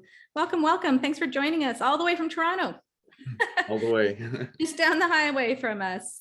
Thanks so much for joining us today, Dr. Zhang. And so I'm going to do a little intro and then I will pass it off to you. So Dr. Zhang is a radiation oncology fellow currently at the Odette Cancer Center, who in July will begin a position specializing in brain and spine tumors at the Royal Victoria Hospital in Barrie, Ontario. So give some love for Dr. Zhang in the chat there. His interest in particular is the integration of novel technology into the care and treatment of patients with brain tumors to better disease outcomes and quality of life. And outside of medicine, he and his partner are avid cooks. Oops, lost my spot here, sorry. Are avid cooks and love to travel, and also have a 1-year-old golden retriever named Doug. What a great name for a puppy, for a dog. Thank you so much for joining us today, Dr. Zhang. His presentation is called Recent Advancements in Radiation Treatment of Brain Tumors. And I'm going to stop my screen so you can share yours. All right, perfect. Let me share my screen, and do you all see it? Yes, perfect. And I'm just going to mute myself and take my video off. And when we're ready for those poll questions, I will launch those for you. Okay. Perfect. So thanks so much for the invitation, and everyone in the audience here for taking the time to join us. And thank you to Dania and also Dr. Liben for the chats. And it's a very diverse group, and I'm very happy to be part of that. As mentioned, I'm a radiation oncology fellow now. I have a special interest in brain tumors and spine tumors. And this fall, I'm going to be starting a position as a staff radiation oncologist at Royal Victoria Hospital, where I hope to continue the care of these patients. So I don't have any conflicts of interest. So hopefully in this brief little while, I'll review the role of radiation in the treatment of both primary brain tumors and brain metastases. And we'll review how recent advancements in radiation technology can benefit these patients and treatments of these patients. Maybe the first thing that we'll start is an audience question, just to get a sense of interactions with radiation oncology or the radiation oncology team. Maybe I'll ask how familiar is the audience with the role of a radiation oncologist, and perhaps you even work in the radiation oncology area. We'll just give everybody a second to answer this question for you, and I will show the results right now. So we got a good mix. Yeah, so quite a good mix. So a few of you work in radiation oncology. Most of you have a little bit of experience. And so hopefully I'll introduce to those that don't have a lot of experience with what we do, just a little bit more and our role of care of patients with brain tumors. So we're specialist cancer physicians, and we use ionizing radiation to treat tumors. And we don't treat only tumors, but there's also some benign conditions that we treat. Now, I'd say probably 90% of cancers there is a role for radiation, and this is used in the neoadjuvant setting, so before the definitive treatment, in the adjuvant setting, so to minimize risks of recurrence, in the curative setting, and also in the palliative setting. And especially for brain tumors, radiation is an important treatment modality, and I think this has been highlighted through our previous discussions, in the sense that there is a lot of eloquent areas within the brain where treatments like surgery is not possible because of risk of harm, and where systemic therapy, chemotherapy, immunotherapy, targeted therapy doesn't really work well because it doesn't penetrate the blood-brain barrier. There's a high focus on technology in this field, and there's a distinction between our field of radiation oncology and diagnostic radiology. And we get a lot of confusion in the sense that the diagnostic radiology and our teams, and the distinction really is that we treat patients with ionizing radiation, whereas those in the diagnostic departments are more to do with the interpretation of imaging. The first disease that I'll talk about is gliomas. And really, this is a team-based approach to the treatment of these patients. And most patients will undergo some form of surgery, radiotherapy, and chemotherapy during their disease course. Now, recently, over the last few years, there's been advancements in many different areas of care for patients with glioma. One being molecular profiling, so looking at genetic signatures of tumors to give a better sense of prognosis and predict the behavior of the tumor. Otherwise, advancement in surgical techniques, otherwise neuroimaging, and even systemic therapy. But not until recently have there been advancements within the radiation treatment aspects. And for a long period of time, the way that we gave the radiation was fairly similar. Our focus within the glioma aspects on high-grade glioma. So these are the care of patients with either glioblastoma or anaplastic gliomas. And these tend to be the patients that we see the most. Usually these patients undergo a course of chemotherapy plus radiation treatment over the course of 3 to 6 weeks, and then afterwards have adjuvant chemotherapy. The radiation is given on a daily basis, 5 days a week, over that 3 to 6 week course. So patients come into the cancer center. It takes about 15 minutes a day. Basically, high doses of X-rays are pointed towards the tumor and sculpted, so we minimize the radiation dose to normal tissues. And on a daily basis, little by little, that radiation dose is adding up to that tumor itself, and to the healthy areas, it's given a chance to recover. And so that's why we give it on a daily basis, spread out over 3 or 6 weeks. And during that time, the patient has daily oral chemotherapy. Now, what I'd like to focus here on, and what's particularly relevant for this talk, is that there's really 2 time points where we get a snapshot of what's happening to the tumor. In the red boxes, I have the MRIs here. And the MRI really is the best way to look at these tumors, because on a CT scan, the brain tissue really just appears as sort of a homogeneous texture. There's not a lot that we can see compared to MRI. And so when we do the MRIs for these patients, we get it at 2 main time points. Time 0 here in the left green arrow, that's when we plan our radiation to see and to personalize the radiation and to sculpt our beams and our doses to the tumor. And then subsequently afterwards, 4 to 6 weeks after that 6-week course of radiation, we get another MRI to see what's happening. And so during that time period between MRIs, there can be up to 3 months where we don't have a good picture of what's going on. This is just another way of explaining sort of the process of how we see patients and how we treat patients. Day 1 lists the start of chemotherapy and radiation. 3 weeks before that, we generally see the patient in consultation. They have an MRI at that time point at which the diagnosis is established. About a week or 2 weeks before they start their treatment, the patient undergoes radiation planning. So we make a specialized mask for them, and that mask keeps their head in the same position. So we're focusing our radiation really on where we want to treat. And they get a specialized CAT scan and an MRI scan to help us plan the radiation, to mark out the areas that we want to treat. And just as importantly, mark out the areas that we want to avoid radiation dose. And then the patient starts the treatment with radiation and plus or minus chemotherapy on day 1. They go on to complete the radiation, usually week 6. And 4 to 6 weeks after completing their treatment, they have their follow-up and an MRI. And so during that time period of about 1 to 2 weeks before to 4 to 6 weeks after their radiation treatment is completed, really is we think of as a black box of we don't know what's going on with that tumor until more recently. When we treat our patients, they're treated on what we call a LINAC, so a linear accelerator. And basically the patient is placed on a treatment couch here on the left. You have the treatment head, which rotates around the patients, delivering radiation to that target or the tumor.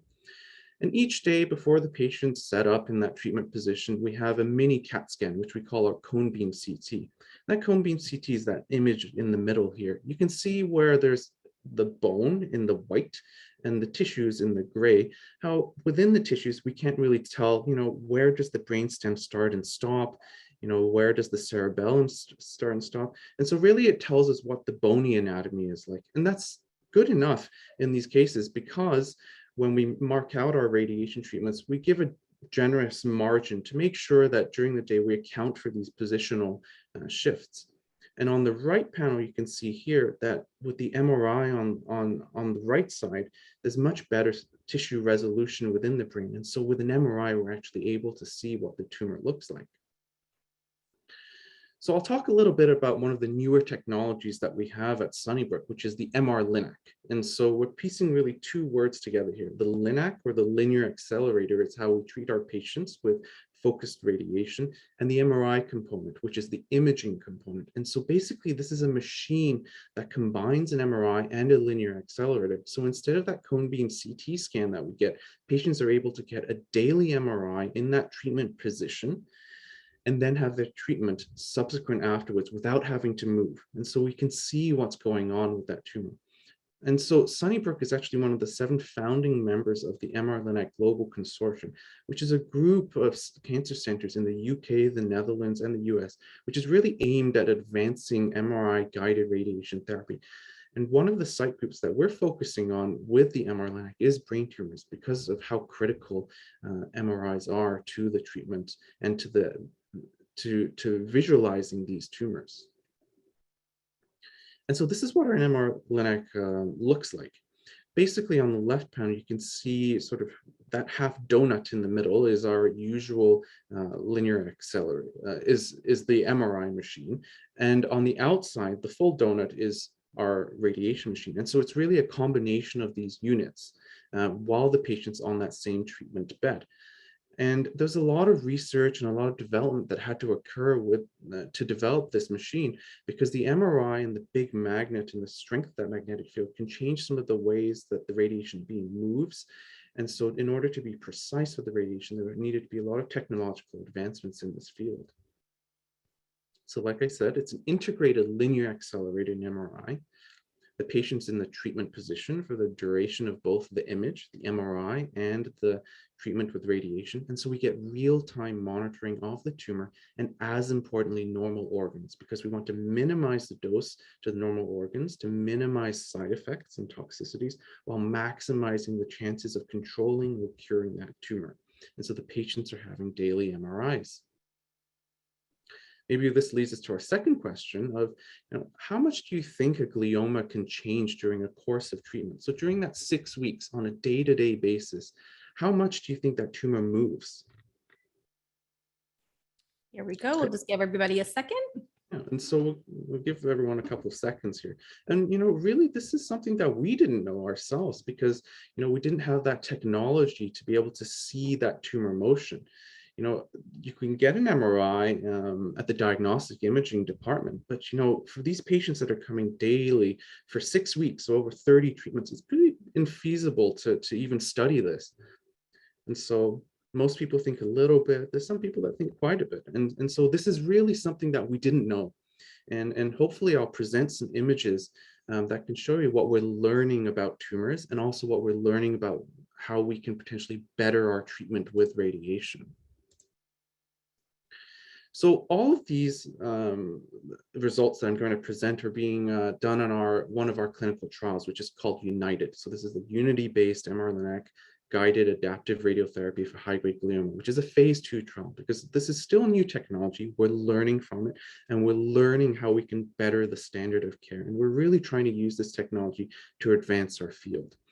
And so it's trying to use the Nmr Lineup to establish whether we can reduce the volumes of brain tissue safely without compromising that risk of controlling the tumor, and also to study the quality of life outcomes and the toxicities.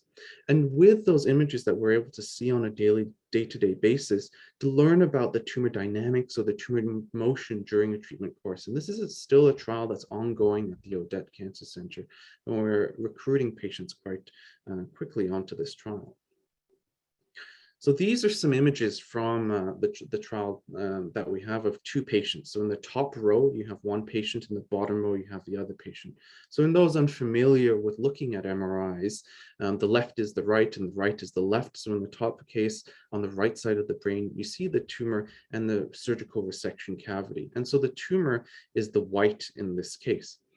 And so I've presented images at 7 different time points. On the baseline is when they had their radiation planning before they started the treatment. Day 1 is the first day of treatment. Day 6, the second week of treatment. Day 11, the third week. And so basically on this study, patients are getting the contrast enhanced MRI scans on a weekly basis because the contrast is really needed to help us visualize these tumors. And so we're able to track how they do. And you can see compared even from their baseline scan to even their second week or day 6, that there's quite a dramatic reduction in that tumor. Now, when we think of our planning scan, when we plan the radiation based on that baseline scan, you can imagine that if we keep planning on that baseline scan, how we may be giving dose unnecessarily to healthy areas of the brain that are not at risk of tumor spread, and potentially there's an opportunity here to minimize the toxicities that these patients may experience, and they can be significant. And so in the bottom row, you can see again some reduction in what that tumor is, even during their treatment course. Dr. And so, Zhang, yes. sorry to interrupt. Could you repeat the answer from the last poll question? How much Sure. a glioma changes? Thank you. Yeah, so this is something that we didn't actually know about because we weren't able to do imaging on a daily basis. And so this is still an area of study right now, but hopefully I'll present some information to show that really gliomas do have the potential to change even during a course of radiation. And we're trying to create some protocols to see how we need to potentially modify our treatments on a weekly basis. And I'll go through some of the pictures that we've obtained just from learning from our experiences on the Nmr Lineup. And so this is actually two of the cases and 2 patients that were treated on the Nmr Lineup. Now, when we plan our radiation, on the leftmost panel, we plan our radiation based on that baseline scan. And I've just drawn the tumor out in red. And even by simply superimposing that red outline on their weekly MRIs, you can see that, it's not the same. And so when we're giving that same radiation plan from that baseline scan over that treatment course, there's an opportunity to reduce and to modify and to adapt the radiation plan so that we're still targeting the tumor, but minimizing that spread of the very high doses of radiation that can cause potentially side effects in the short term and the long term. And that's the hypothesis of this study. And I should emphasize that it's a study that we're doing because we're still learning from this technology. And so here is just another way of looking at how we plan our radiation. So in these separate green lines, we've drawn out what the tumor looks like on a week-by-week basis. And you can see it's not the same. And so, they do change. We previously thought that these tumors were static during the treatment, but now we're able to visualize that, some tumors change a little bit and some tumors change quite a bit. And I'll present some data in just a little bit to show some of these changes as well. And so another case, each sort of these green lines, each of them represents the tumor at one time point during their treatment, whether it's the first week, the second week, the third week. It's just sort of showing you how some of the tumors, even in these planes, can change, by a centimeter or 2 in whichever direction during a course of treatment. So here's a video that we have that one of our residents, Dr. Hudson, worked on.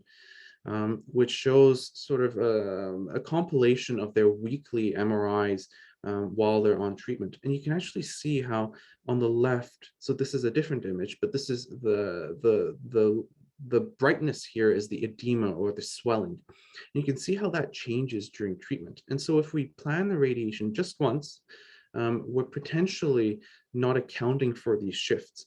And so there's looking at those shifts to ensure that we are planning the radiation to the correct volume. But there's also looking to see, if there's more swelling, which can be managed with medicines, especially if patients become more symptomatic. And we can see early signs, if a patient's running into troubles during their treatments, to anticipate those troubles and perhaps keep a closer eye on these patients. And so there really is some new motion that we're seeing that previously, without this technology, we would not have been able to observe.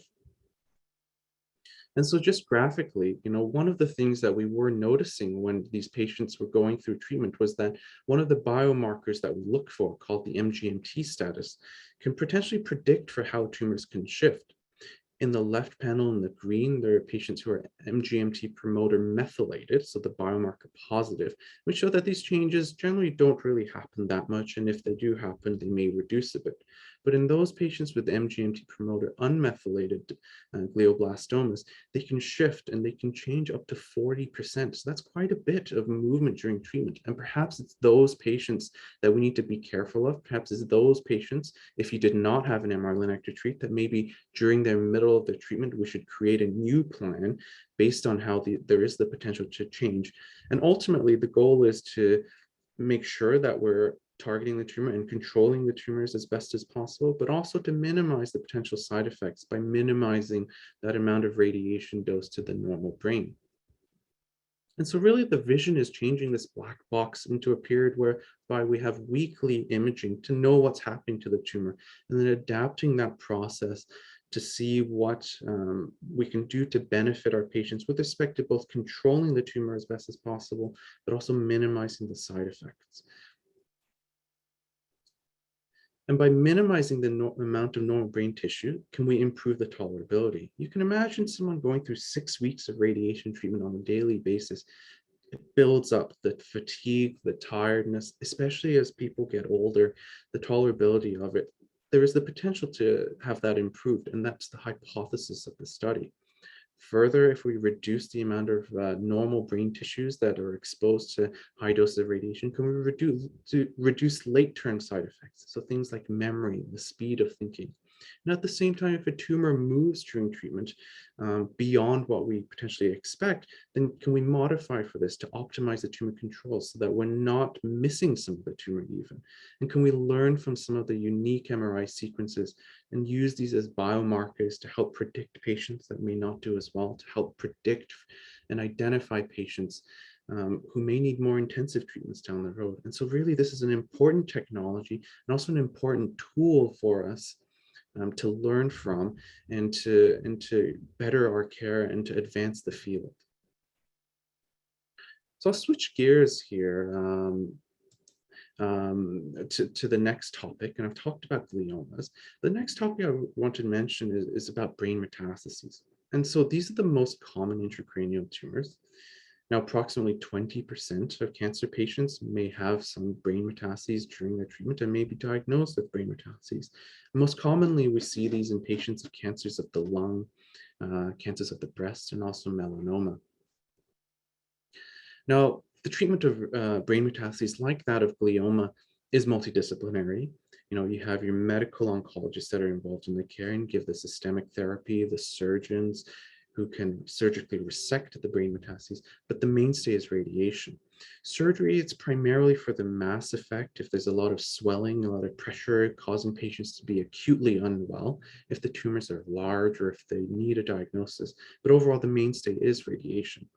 And historically, and there still is a role for it now, the standard of care had been whole brain radiotherapy. And I'll show some pictures on what that means. But more and more recently, and more of what we're doing now is based on radiosurgery. And I'll explain a little bit about the two techniques. And really where we came to radiosurgery is because we started to notice the long-term effects of whole brain radiation. Basically, whole brain radiation is exactly as it sounds. We wash the whole head with a homogeneous dose of radiation to try to control the tumors. And this is because of some of the disease factors, but especially nowadays, because we have new systemic therapies, So immunotherapies, targeted therapies, better tolerated chemotherapies, we know what to watch out for while on chemotherapies to make it more tolerable. Patients are actually living longer despite having metastatic cancers. And so we're now more and more cognizant of the long-term effects and the late-term effects of whole brain radiation, because patients aren't only living for a few months now, patients can live many years with metastatic disease. And so with whole brain radiation in the longer term, we have significant neurocognitive effects.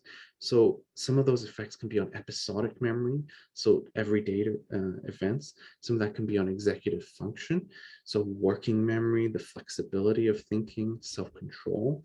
Some of that is processing speed, and some of that is motor control. And some of these effects are seen as early as 3 to 6 months after treatment, and it's a cumulative effect.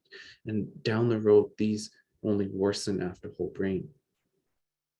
So just from a picture standpoint, just to give you an idea of what whole brain radiation looks like, we wash on the left, we wash the whole brain with a homogeneous dose of radiation. And whereas compared to radiosurgery, there's no cutting involved, it's really pinpoint radiation. We focus radiation on the tumor itself and zap it with a high dose of radiation. And so really is focused treatment of tumors. It requires highly specialized technology.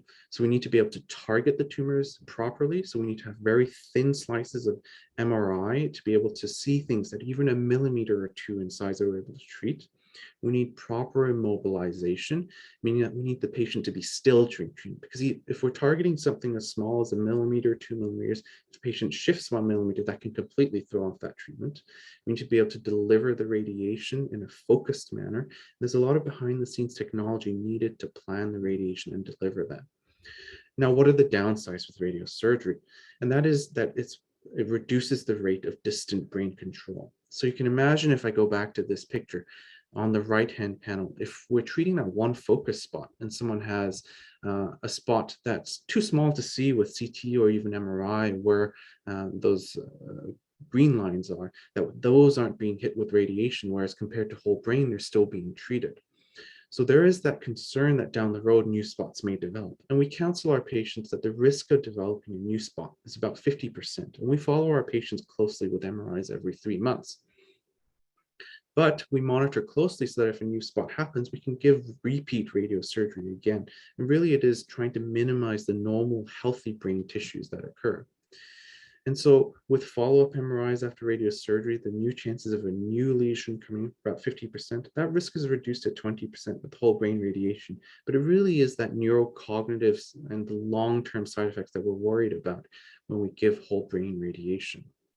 And really the evidence of that is presented more recently, where there was a randomized control trial led out of Texas, which treated up to 15 brain metastases with this pinpoint radiation, which showed that by targeting these spots with focused radiation or radiosurgery, we preserve cognitive function, we minimize the interruption of chemotherapy, immunotherapy, targeted therapy, and it doesn't compromise the survival.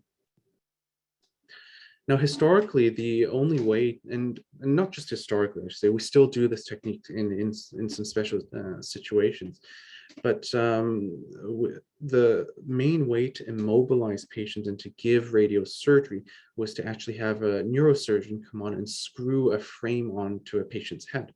So there are 4 pins placed, 2 at the front, 2 at the back, and this frames help so that the patient doesn't move during treatment, and we know exactly where we're targeting. And you can imagine that a patient coming in at 7 a.m. to meet their neurosurgeon, have these pins placed, and later on during the day, it's not the most comfortable experience. Nowadays, what we have and what we're using to treat patients at Sunnybrook is one of our Gamma knife units. And the Gamma knife is a specialized unit, radiation delivery device, which focuses radiation, and it's just a different way, not a LINAC, to give pinpoint radiation specifically to tumors in the head. And so instead of those pins and the frame that's placed on the patient's head, which is quite invasive, can cause some discomfort, we use a mask. And so this is just like a mesh mask that keeps your head in the same position. There's optical devices to monitor motion so that if the head moves too much, or if it's out of the head moves outside of our frame of tolerance, the treatment stops and the patient's brought out of the machine. And so we're able to safely treat those spots that are millimetric small. And so going back to this image of what we have before, so I've arrowed some of the lesions here. So there are 5 here, and you can see how they're very tiny. I've even blown it up a little bit, but these are still very pinpoint. They're 1 to 2 millimeters in size. And with this technology, even with a mask, we're able to treat our patients, and each spot takes 4 to 5 minutes to treat, and patients within an hour can get up to 10 spots treated.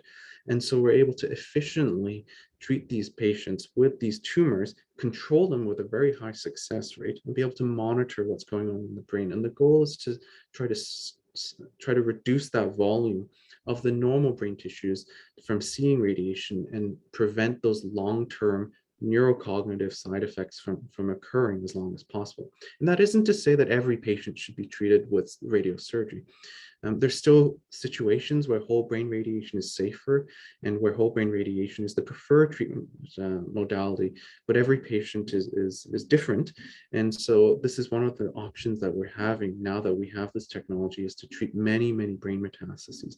And in our center, we've treated patients over time with 60, 70, 80 brain metastases, and they've done quite well, especially with the advancements in the systemic therapy. So the chemotherapies, the targeted agents, and the immunotherapy that have done a good job of controlling disease that's elsewhere in the body. And so I don't want to get too academic here, but this is one of the studies that we've done which looks at the effects of the radiation dose to important areas of the brain, like the hippocampus on the left, and also the normal brain that's seeing the radiation dose. And you can see with the red lines, which is whole brain radiation, there's quite a significant amount of dose, whereas even with repeat gamma knife radiosurgery, the dose is reduced to the hippocampus, so the memory centers. And so there is that potential to reduce the neurocognitive side effects, which has been shown in trials up to 15 lesions, but we're also always pushing the envelope to see what can we do more. And so really what we're doing now is using this technology is to treat patients with more and more brain metastases should they be candidates. And really we need to assess the patients properly with respect to the patient factors, the tumor factors, and also where these are in the brain. And so we have a lot of experience treating patients with many, many metastases with the gamma knife icon and the new technology. And also to study, how we sequence the treatments with radiation, with systemic therapies now. So there are a lot of patients now with targeted oral agents who are living many, many years with certain cancers, like lung cancer, like melanoma, who have brain metastases, where the treatments can penetrate into the brain and affect those lesions. And so really, should we wait to do the radiosurgery, or should we do the radiosurgery up front? And that's something that we're studying right now. So there's still a lot of potential, and there's still a lot that we're learning from. But these technologies really enable us to treat patients in this way, that more and more evidence is accumulating that suggests that, apart from controlling the disease, the quality of life aspect with respect to neurocognition, the symptoms of fatigue, and down the road to try to maintain quality of life. So I think I'll end there, and hopefully I've given you an overview of how the advancements in technology and radiation treatment can influence and impact the care of our patients in the long term. Again, a lot of this is still under study, but our field is advancing very quickly. And these are just some of the aspects of which we can potentially advance the care of patients with brain tumors. And so thanks very much for joining. I'd be happy to take any questions. Thank you so much, Dr. Zhang. What a wonderful presentation and a great update for sure. I had the pleasure of actually seeing the Nmr Lineup room before you guys actually put it in a few years ago, and the big hole in the ceiling, Dr. Sagal standing beside like the big machine, and saw it afterwards. It's amazing technology that you guys have brought to Sunnybrook. And do you think that there's going to be many more centers across the country that will have the Nmr Lineup as well? Yeah, so I think in Calgary, in their new cancer center, they're going to have 2 of them. Wow. And I think it's, we're learning so much from this, to be honest, because, MRI, is the best technology to see these soft tissue lesions. So not only in brain tumors, but also in gastrointestinal tumors, in genital urinary tumors like prostate cancer. We're learning a lot just because we've never been able to really see the motion of tumors before. So, whether this opens up avenues for better control of tumors or better quality of life, I think, as we accumulate more and more data, there's more and more justification for use of this. And we're always looking to see, where else can we apply this technology? Yeah. And so, I think the field is advancing so quickly that over the next couple of years, we'll see where it is. But, personally, from my own perspective in treating patients on this unit, I've seen how drastic some of these changes are, which we never would have known of before. Right. It's amazing. Amazing technology. We've got some kudos in the chat here for you. Haley says, I can see the new cancer center from my unit. It looks incredible. Great to learn about what is going to be available for our patients in Calgary. Awesome. Yeah, thank you for your presentation. Everybody is saying, let me check my Q&A. One question came through. Are most cancer centers now equipped technologically for both gamma, cyber knife, and whole brain modalities?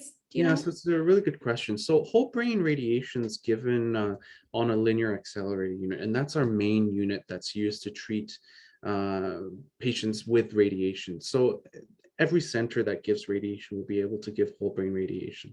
The gamma knife is a specialized, and the cyber knife is a similar tool that's used to focally treat radiation. And instead of sort of a linear accelerator that accelerates X-ray beams to focus on that, it uses sources of cobalt. So not every center will have that.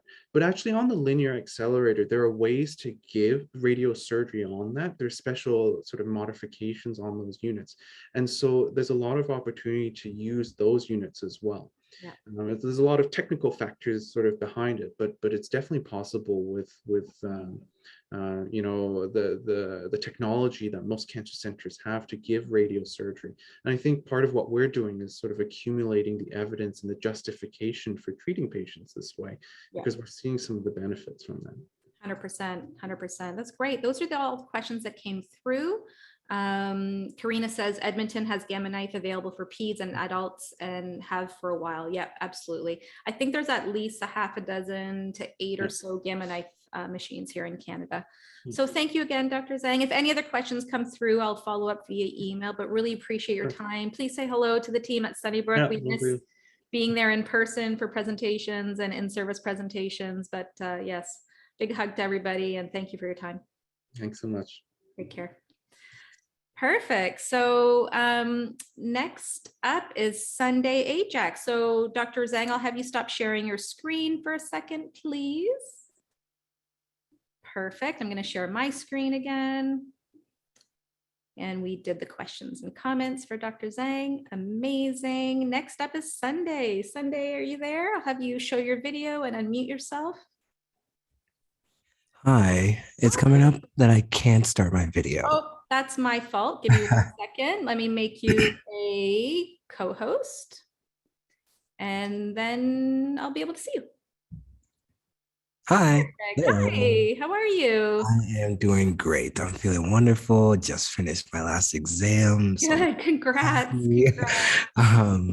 Yeah, no, today's been absolutely wonderful. Good. I know it's been a busy time for you. So let me do a little intro and then we'll get going. For those of you still on the line, so happy that you're here to hear Sunday speak. So the first time I met Sunday was last year through a personal event that I put on, a Pachecha event that I personally put on, I should say, elevating the voices of our BIPOC community here in London and area. And Sunday was one of our presenters, and I just loved his style so much that I reached out to him this year to present to our healthcare professionals. And when I reached out to Sunday, I'm like, hey, can you write a special piece to inspire our healthcare professionals? Because it's been tough for them during the pandemic, and he stepped up to the plate. So finishing off our event is an inspirational presentation by Sunday, who is a 23-year-old motivational speaker, activist, and student at Western University studying social justice.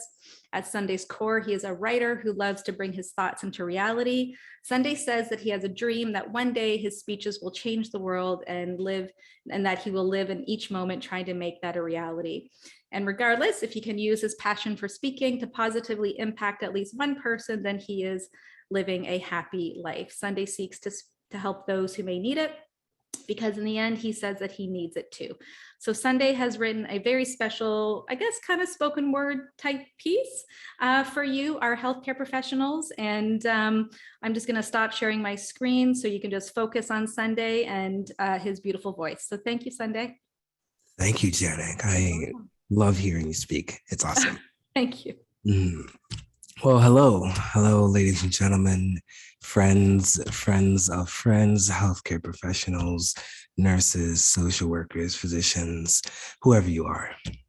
Hi, my name is Sunday.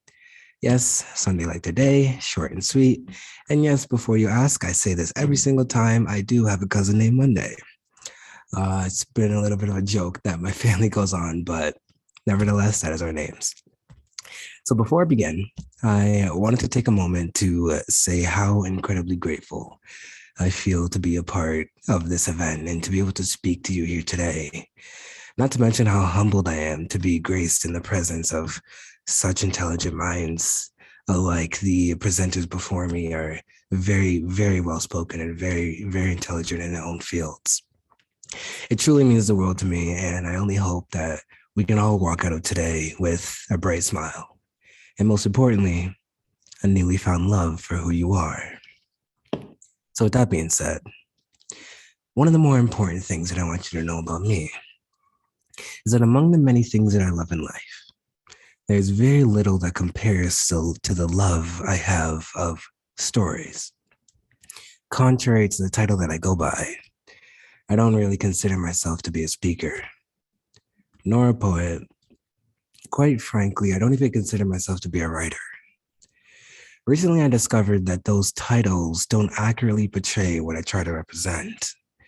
And as I always say, no matter where it is that you go, no matter what it is that you have, no matter who it is that you claim to be, none of it really matters. Because it is not what you do that makes you who you are. Much rather, it is what you represent. It is the actions that you take every single day in the spirit of what it is that you're trying to accomplish that makes you who you are. Likewise, I can serenade you with speeches all day, but if I don't actually represent what I'm trying to say, then I may as well not be speaking at all. Therefore, I try to speak with purpose.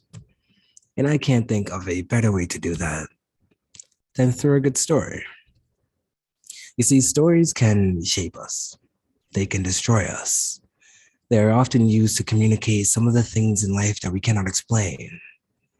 As children, we hear stories of wonder that help us make sense of this mysterious world that we live in. We hear the story of mythical beings, the Tooth Fairy, Santa Claus, leprechauns. All of these we are told by our parents, not so much in an effort to deceive us, but in the effort to make us better people. And as we are told these stories of great heroes, we are inspired to be one, to be just like them, to be the person that saves lives, the one that jumps into a burning building. I mean, I don't know about you, but when I was a kid, I often dreamed of dire situations occurring right in front of me so I can step up and save the day. Looking back, I don't know how smart it was to wish for something to go wrong, but naivety is a child's medicine. Now, as fulfilling as it was to hear these stories of made-up heroes, there was always a sense of disconnect. Because deep down, I knew I wouldn't be able to fly across the sky like Superman. And so it was the stories of real-life heroes that I loved the most. These were the stories of policemen, firefighters, and most importantly, the stories of healthcare workers. I was obsessed with those who had the ability to heal. And those of you that watch Grey's Anatomy could probably attest to this. There's something compelling something attractive, something that draws us to the people who can save lives by their own hand. I don't know if it has something to do with our innate desire to save the lives of those around us. But the one thing that I do know for certain is this. The story of the healthcare worker is vast and one-sided. For as much pain as there is in this world, many of us rest easy knowing that there are people who work around the clock, ready to save our life if need be. That at any moment, all it takes is one phone call, and there's a team ready, full of professionals whose only goal is to preserve my life. What a luxury this is. And with every luxury in life, it's very easy to forget how much it takes to provide that. Because although we may see the smiling nurse who takes our blood, we don't see the burnout they experience every single night. Through the eyes of the doctor who peers into your x-ray, hides the grief for the child that he couldn't save. Or the hands of the ambulance operator as he speeds through traffic, hoping that he makes it home, that he makes it before it's too late, trembling for the people that he didn't reach in time. It's so easy for us to see one side of the page and think that that is all there is to this story. When in reality, you can see through anything when you shine enough light through it. So allow me to illuminate you to the truth. A truth that you may have since long forgotten. The truth that put you down this path in the first place. Not the motivation that you may have felt in your past, but the reason why you do what you do every single day. I can only imagine the thoughts that you battle with every morning when you rise, and the trauma that you suppress every night when you lay. Oh, it must be a symphony of pain and doubt, feelings that I cannot possibly understand. Yet every day, like the sun, you arise. You get up, look yourself in the mirror, not knowing what you'll face, and you press on regardless. Why? Why do you do what you do? Is it because of the money? No, that can't be it. Is it because of the recognition? I imagine that even that pleasure grows dull. Is it because it's what your parents wanted? I suppose that may be the case. Or is it? Is it because it's what you choose to represent? Maybe that's it. That by being a healthcare worker, you can represent healing. You can represent safety. And above all, you can represent hope. No, Cece, I don't think you understand. You do this innately. Innately, by just existing, you inspire passion within the hearts of our children. And I don't know if there's a greater honor than that. To live in this world knowing that you not only saved the lives of those around you, but saved the lives of those yet to be. You trailblazed the path for those yet to come. To know that one day, there will be people dreaming to become exactly what you are, simply because they saw you doing it. You are consequently the side of the story that needs to be told and the light that illuminates it. There's hope in what you represent. And I can't think of a better time when that was proven than in the years that we just lived. From 2020 to this very day, we have seen healthcare workers push themselves to the absolute limit.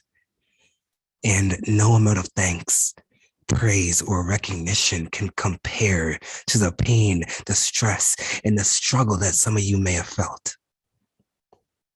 It goes without saying that it wasn't the government that carried us through this pandemic. It was you, each and every one of you. And I don't know if no one's told you yet, but if not, let me be the first. Thank you. Thanks for being the golf ball. Oh, I'm guessing many of you don't know what I just said. Fear not. Let me tell you a story. Many years ago, when the game of golf was first being invented, there was a group of men, successful men, who played every single weekend. And among this group, there was one particular man that they all knew.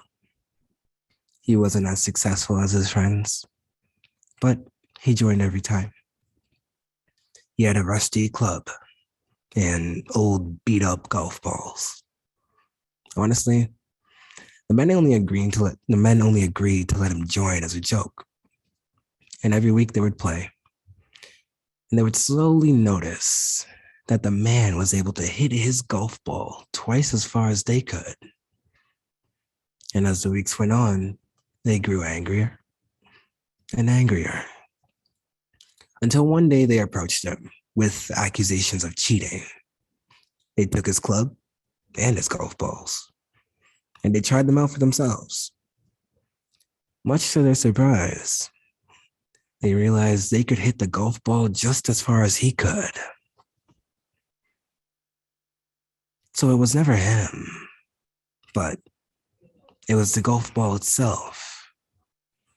It was the one that's been hit a few times, the one with a couple dents in it. That golf ball, that one travels so much further than the one that doesn't. And now to this day, we still have the golf ball with holes. So to those of you with a few hits in them, those of you that have taken a beating, get yourself back up. Put yourself back in position and get ready for the next swing. Because it's coming. And one day you're going to get it. And you'll get hit hard. And when that day comes, I want you to remember this. I want you to remember why you do what you do. And I want you to remember what you represent. And that will take you further than the rest. I hope you didn't expect me to tell you that it gets all better. You're old enough to know otherwise. You don't need me to tell you that. Sometimes it doesn't get better. But you do. You always do. So to all my healthcare professionals, as a cool doctor once told me, I say to you, get better soon. Thanks. Show some love for Sunday in the chat, everybody.